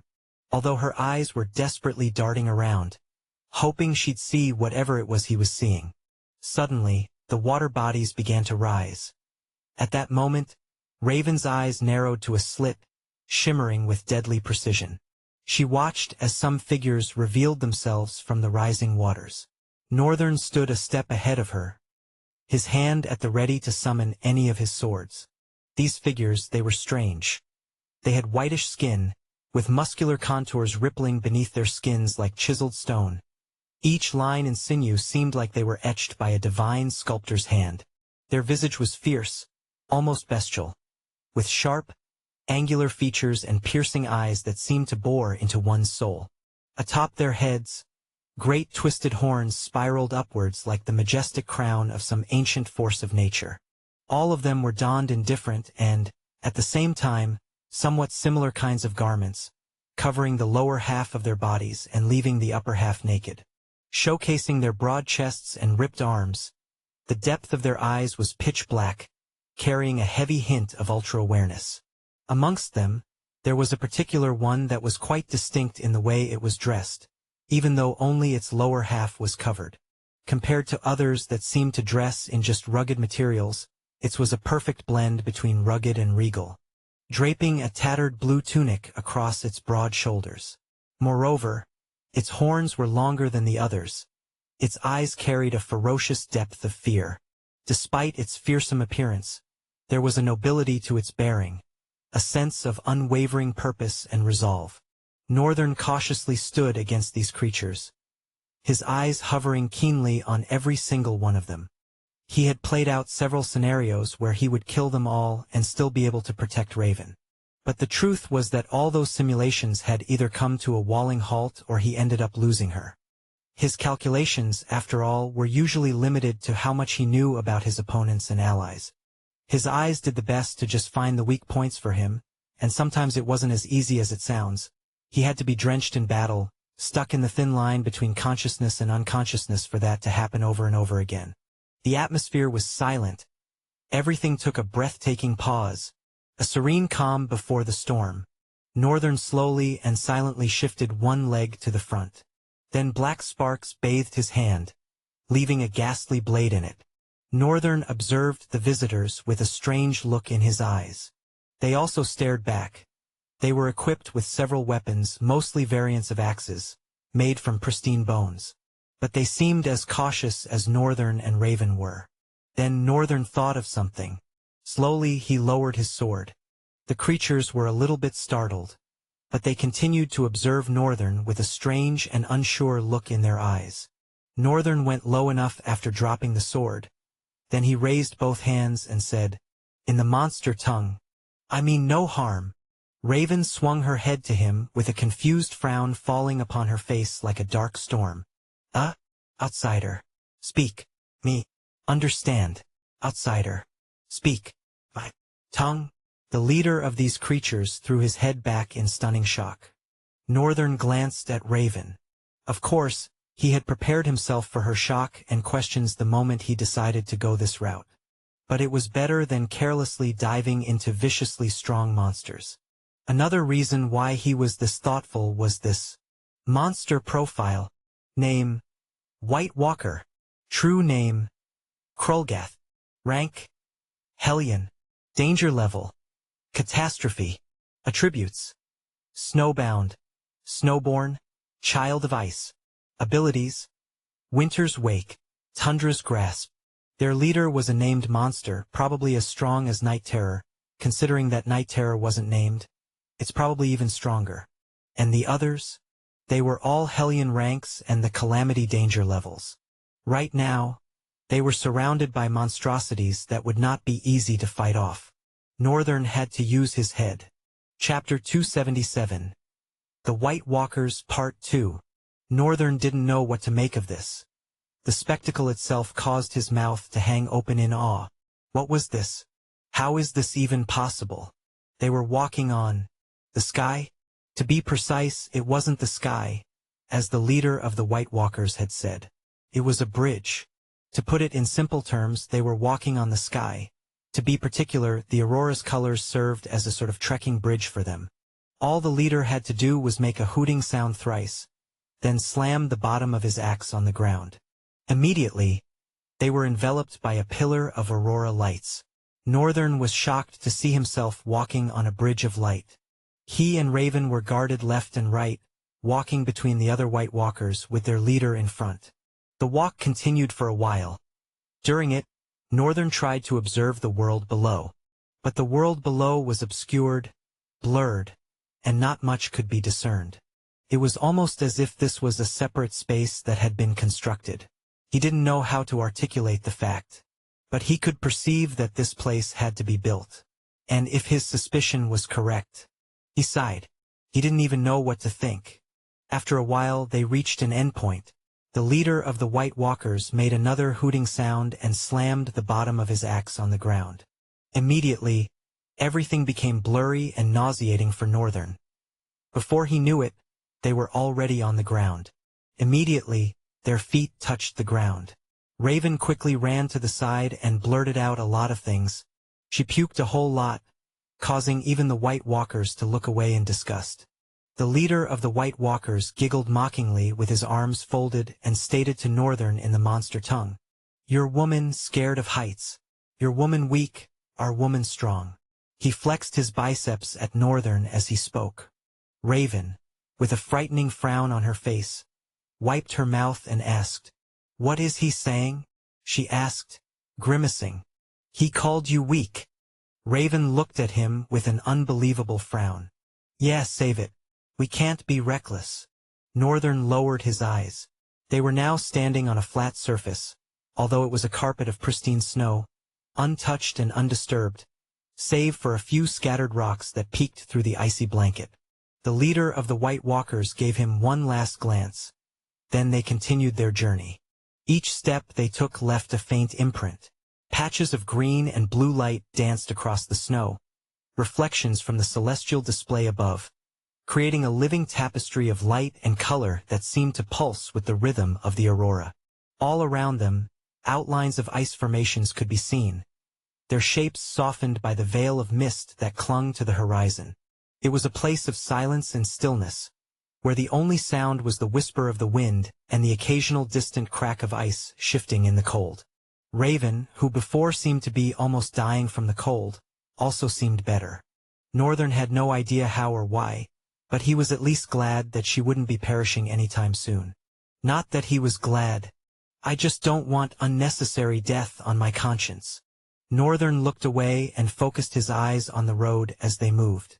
He had even used his chaos eyes to investigate the Aurora Bridge, but there was nothing extraordinary. It was just the regular ligatures and chaos constructs. But of course, there were a few artificial bodies, which was how he deduced that the Aurora Bridge was built.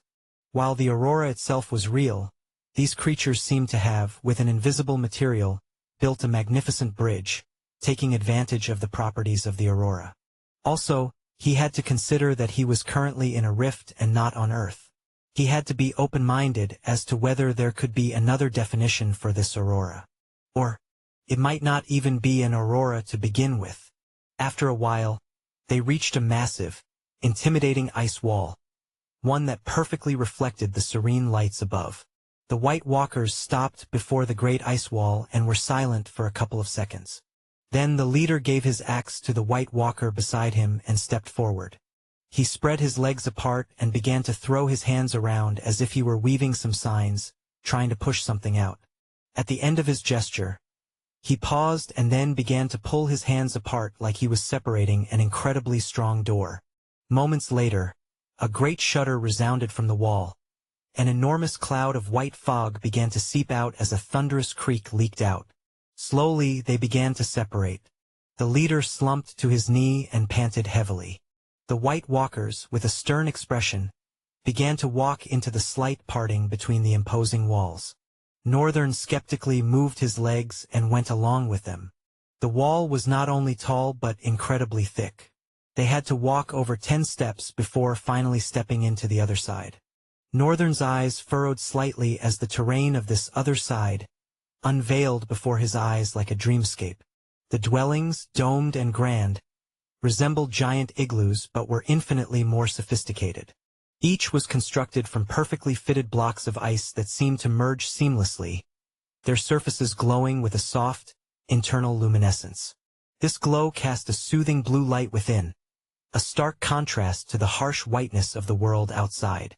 Inside these homes, the temperature was surprisingly warm, insulated by layers of treated ice that trapped and retained heat, creating a sanctuary from the biting cold. Every home was a work of art, adorned with intricate ice sculptures and motifs that depicted scenes of daily life, legendary hunts, and the murals of myths they revered. Furnishings, also carved from ice and cushioned with thick furs, offered both comfort and warmth. The air inside was rich with the scent of pine and herbs, harvested from the ice gardens nearby. Northern had never laid his eyes upon a more glorious and splendid scene. Chapter 278. Uzzard, son of Sura. Northern and Raven were brought to the plaza, nestled at the center of the settlement. It was a vast open space dominated by the Ice Palace. This architectural wonder, with its soaring spires and glittering turrets, stood as the seat of leadership and a beacon of communal life. The plaza buzzed with activity. Trades and other miscellaneous things happening here and there. Stalls crafted from ice blocks lined the edges, offering goods and provisions vital for survival. Every White Walker around threw glances at the two strangers walking between the guards. They entered the palace and reached the center room where a large throne nestled, then lowered their knees and heads. When they saw that Raven and Northern weren't doing the same, they immediately forced them down.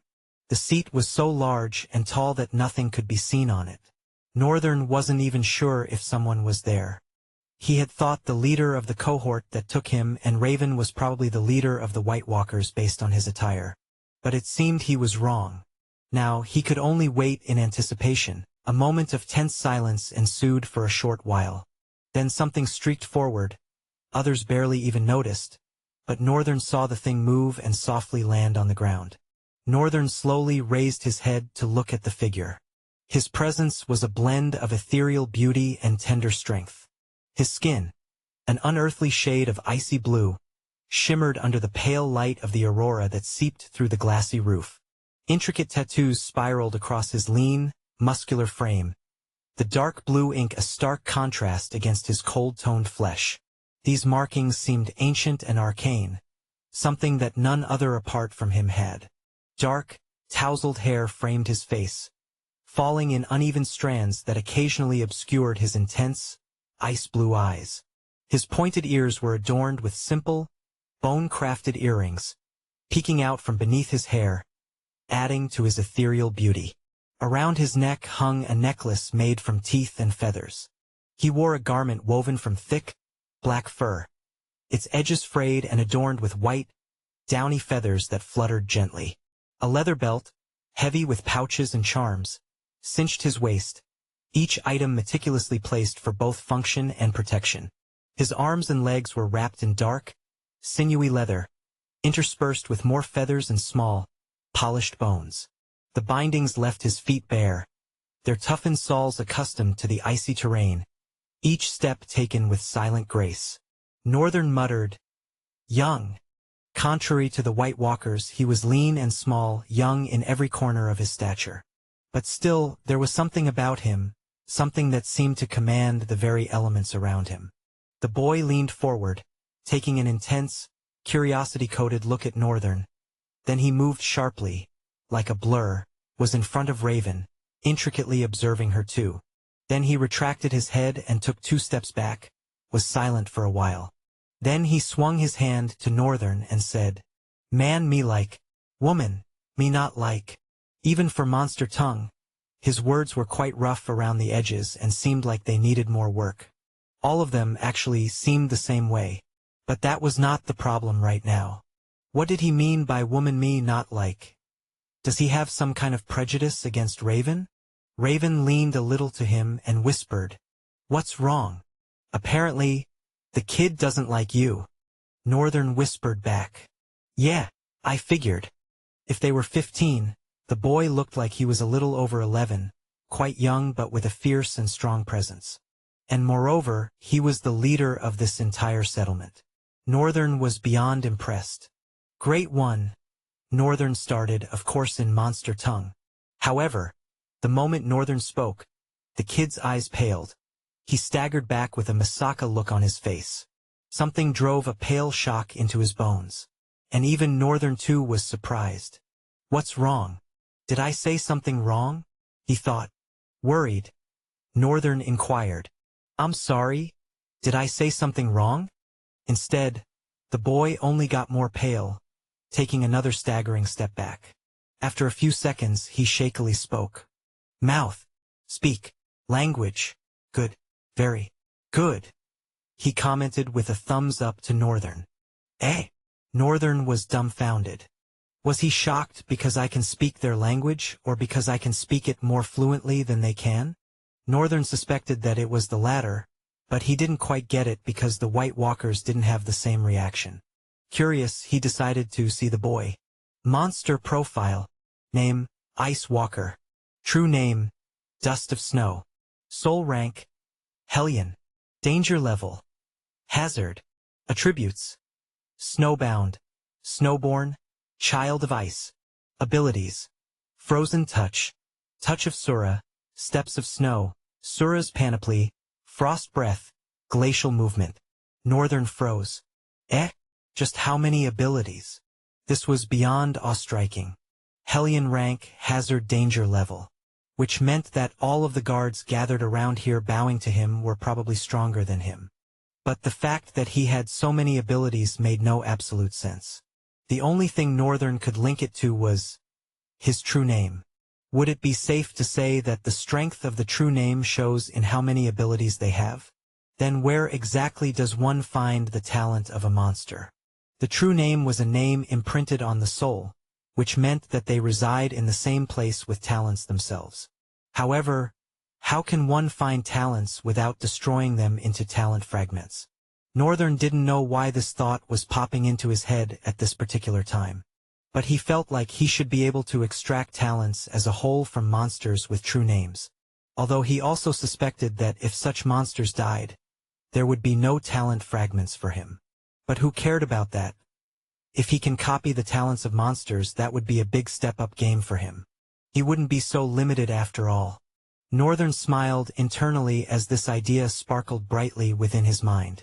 He was going to work more on it much later, but for now he had to deal with the boy, who stared at him, blinking, then slowly said, "Man, teach me language.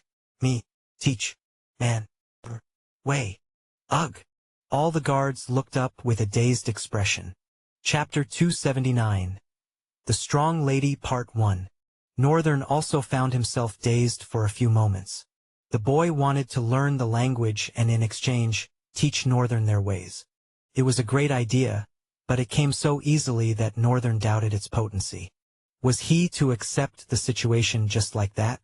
The boy looked at Northern for a while and turned his eyes to Raven.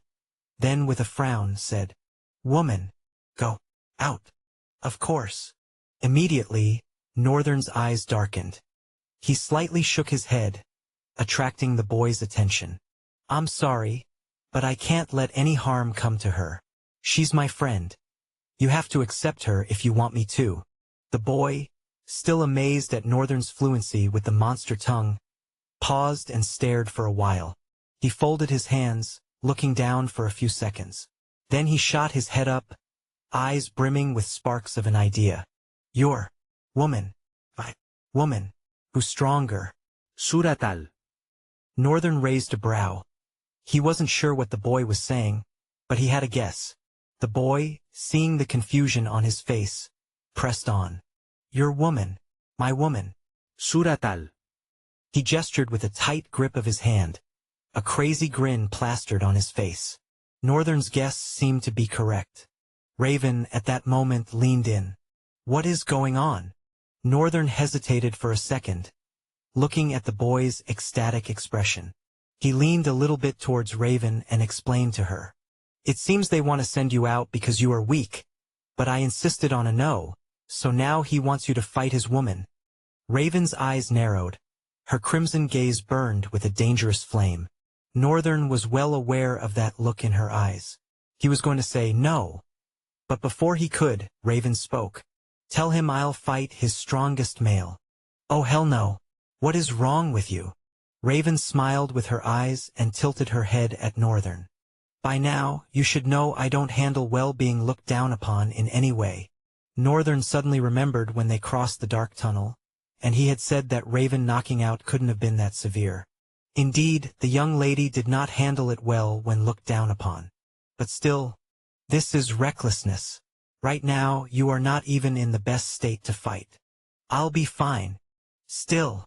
"Northern," she called coldly. "I'll be fine." The look in her eyes sent shivers down his spine. He sighed and looked at the boy, who was even now looking more ecstatic than before. He seemed to enjoy this. Does he enjoy this? Northern couldn't help but wonder. "She wants to fight your strongest male." Immediately after Northern spoke, the boy's face became gloomy. The atmosphere grew so dark that Northern felt like he just said what he never should have. He looked at the boy with a confused expression and wondered internally, was that not the case? Did he just put Raven in trouble with his own words? He wasn't sure what the situation was, but one of the guards kneeling, the leader, slowly rose and stepped behind the boy. Northern slowly shook his head. The catastrophe rank? With a true name and abilities? No, no, no, no. He turned to Raven. It won't be a bad idea to abort this madness. Let's not go down this path. That guy is strong, and you are not even in your peak state right now. I'll be fine, Northern. She slowly stood up, glaring squarely at both the boy and the leader of the guards. The boy still carried a dark storm on his features. He turned his face to the leader and commanded, No. Mercy. The leader of the guards lowered one knee and responded fiercely, No. Mercy. Northern looked at Raven once more. I really hope she'll be okay. After the declaration of the duel, Northern and Raven were taken away from the Ice Palace, to different locations. Northern was given an abode. It wasn't as glamorous as several others and, at the same time, wasn't as mundane as many others. But it was simple and at least made Northern feel like these creatures weren't going to enslave him, unlike his previous experience. However, he was still incredibly worried about Raven. A couple of hours went by, and he couldn't even bring himself to rest. There was the fear that he might have caused it. He suspected that he didn't quite grasp the context in which they were speaking and might have misunderstood it as a duel. But who wouldn't have misunderstood such a thing? Just when Northern's patience was running thin, one of the White Walkers knocked on his door. He responded quickly and was thus escorted to an open-ground ice arena. The place was not teeming with people, but yet, a few White Walkers here and there occupied the empty seats. Northern breathed as he was made to sit down in the front row and watch. He observed the other White Walkers, which were mostly men rather than women, and perhaps more guards. At one corner was a large seat, where the ruler of the White Walkers sat, the young boy. A couple of silent minutes later, the iron gates slowly rose, and a human girl walked out. She was donned in sleek black armor that complemented the rhythm of her body. She was like the champion of a goddess, walking right out of myths and legends. Her crimson eyes gleamed frighteningly with resolve. Northern, watching her walk out into the arena, had to take a deep breath. She looked like she was going to be all right, like she could handle this herself. But he couldn't help but think, it's just so impossible for her to defeat this guy. Krulgath was a catastrophic Hellion. A named one at that. One that had a higher level of intelligence than Night Terror. Creak. Another metallic gate rolled up, and slowly, a whitish figure began to emerge. He was bare-chested and was holding up. His lower body was covered by rugged clothing. He walked barefooted, carrying strong and purposeful steps towards Raven. Then he stopped 5 meters away from her. By this time, 2 swords were already sitting spitefully in Raven's hands. She observed the White Walker with an intense glare and got ready to attack. Perhaps defend. Chapter 280. The Strong Lady Part 2. The chill of the arena bit into Raven's skin, but the cold was the least of her concerns. Her focus was riveted on the imposing figure across the icy expanse. Krulgath's massive frame was almost statuesque, his bone axe glinting under the frost-coated torches that circled the arena. Every inch of him exuded a raw, almost primal power that belied a cunning intelligence. Raven's grip tightened on her swords. Nightfall, which she had always wielded before coming to Stelia, and Edge, which she gained after one phenomenal battle, hummed with a barely restrained energy, a dim white light enveloping their blades, a stark contrast against her ebony armor. She could feel their subtle weight, which had become an extension of her very will and body, ready to slice through the air with lethal precision. As the silence hung thickly in the air, Krulgath made the first move. With a guttural roar that echoed through the arena, he swung his axe in a sweeping arc. The force of the swing alone created a blast of icy wind that sent shivers through the onlookers. Raven didn't flinch. She sidestepped, her movements fluid and precise, narrowly evading the lethal edge of the axe. In the span of a heartbeat, she retaliated. Raven's blades flashed through the dim light, aiming for Krolgatha's exposed flank. But he was faster than he appeared. The bone axe came up in a defensive sweep, deflecting the strike with a resonant clang that reverberated through her arms. Sparks flew, mingling with the frost that coated the ground. Raven pressed on, her swords a blur of motion. She moved with the grace of a dancer, each step calculated, every swing deliberate. Krolgatha's defense was formidable. His axe, despite its size, moved with surprising agility.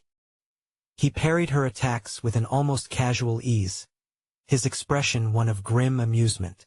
Both of them continued intensely for a while, locked in an intricate battle of offense and defense, dancing and running across the battle arena like streaks of stars in a night sky. With one deafening strike that Krolgath defended, he rolled through the air and landed back. At this point, the arena had grown eerily quiet. Earlier, when the fight started, they were booming with cheers and laughter. All of them seemed to be on Krolgatha's side, even the small number of females that watched. Northern couldn't help but pity the lonesome warrior then. But now they were probably swallowing their cheers, shame besmirching their expressions. He, on the other hand, felt proud. Of course, it was Raven Kageyama. What else did he expect from a daughter of the notorious Kageyama clan with a paragon for a clan patriarch? The White Walker, Krolgath, stood squared and stared at Raven evenly for a few seconds, then parted his lips, releasing a grin. "You, strong," he rumbled, his voice carrying a grudging respect. "But not strong enough." Raven's expression darkened. She didn't understand what he was saying, but she also didn't think it was nice. The creature was brimming with cockiness. Krolgatha's next move was a magnifying testament to his strength. He shot into the air as if fired by a ballista, and with a mighty heave, he brought the axe down in a crushing blow aimed at Raven's head. She crossed her swords above her, the impact jarring her to the bone as she blocked the strike. The force drove her to one knee, the icy ground cracking beneath the pressure. But Raven was tenacious. She gritted her teeth and pushed back, forcing Krolgath to step away. She rose swiftly, her crimson eyes blazing with resolve. With a swift motion, she twisted her blades into a defensive stance, their edges gleaming menacingly. The arena seemed to hold its breath in tension as both duelists glared at each other. Krolgatha's gaze was cold, calculating, while Raven's was a burning inferno of determination. Stubbornness flickered on her face like wildfire, untamed and unyielding, ready to consume all that stood in her way. But what had brought her thus far wasn't just sheer stubbornness. Somewhere in the depth of that fiery gaze of hers was an intelligent and cunning mind. One that ceaselessly searched for strengths and weaknesses to exploit. Yes, strengths and weaknesses. Northern watched interestedly from his seat. Something told him that, for once today, he might get to see Raven's true ability. A chance to copy. His heart jumped with excitement. Krolgath made a sudden move, charging forward with maddening ferocity. Raven dodged to the side, her swords flashing out in a counterattack. But Krolgath was ready. He swung his axe in a backhanded blow that caught Raven's left sword, sending it spinning from her grasp. For a moment, Raven was off balance, but she recovered swiftly. She pivoted on her heel, her remaining sword slicing through the air in a deadly arc aimed at Krolgatha's neck. He ducked under the blade and retaliated with a powerful kick that caught Raven in the chest, sending her sprawling backwards. The impact drove the air from her lungs, but she rolled with the fall, coming to her feet in a crouch. She felt the cold bite of the ice beneath her fingers and the sting of pain in her chest. But pain was nothing new. If anything, it was a familiar friend, one that she had been given no choice but to grow up with and evidence that she was still alive. Krolgath stalked towards her, his expression filled with savage delight. Woman. Strong. Me. Stronger. Woman. Weak. Not strong enough. So weak. He stood gallantly and added, "Krolgath will end this." Raven's eyes narrowed. She rose to her feet, retrieving her fallen sword in a swift motion. She took a deep breath, centering herself, and shifted into a strange stance, muttering to herself, I really hate to use this. Something about the air around her began to grow grim and incredibly heavy. Northern's eyes were locked onto her. It's coming. This is it. He could feel it, or so he thought. Krulgath, ignorant of the strange atmosphere that surrounded Raven, charged again, his axe a blur of motion. Black wing barrage. Raven met his assault head-on. She parried his blows with a speed and precision that left no room for error. Her swords danced around his axe, finding gaps in his defense, slicing at his exposed flesh. Each strike was a calculated move, a test of his reflexes and endurance. Her strikes were relentless, and her blades were a whirlwind of steel and fury. But Krulgath was strong enough to stand through those ferocious attacks. He swung his axe with brutal efficiency, forcing Raven to stay on the defensive. She ducked and weaved, her movements a symphony of grace and power. In a swift, low moment, she muttered again. Black Crow Dual Blade Arts. First Form, Storm of Crows. If you want access to fast updates or the full novel in high-quality audio, contact me now and buy. I offer over 300 complete audiobooks from Pocket FM, Webnovel, Audible, and more. No locked episodes, no subscriptions, just one-time payment via PayPal or Ko-fi. Message me directly on Telegram or WhatsApp, or check out the full list of available novels on Discord. Start listening to your next favorite audiobook today.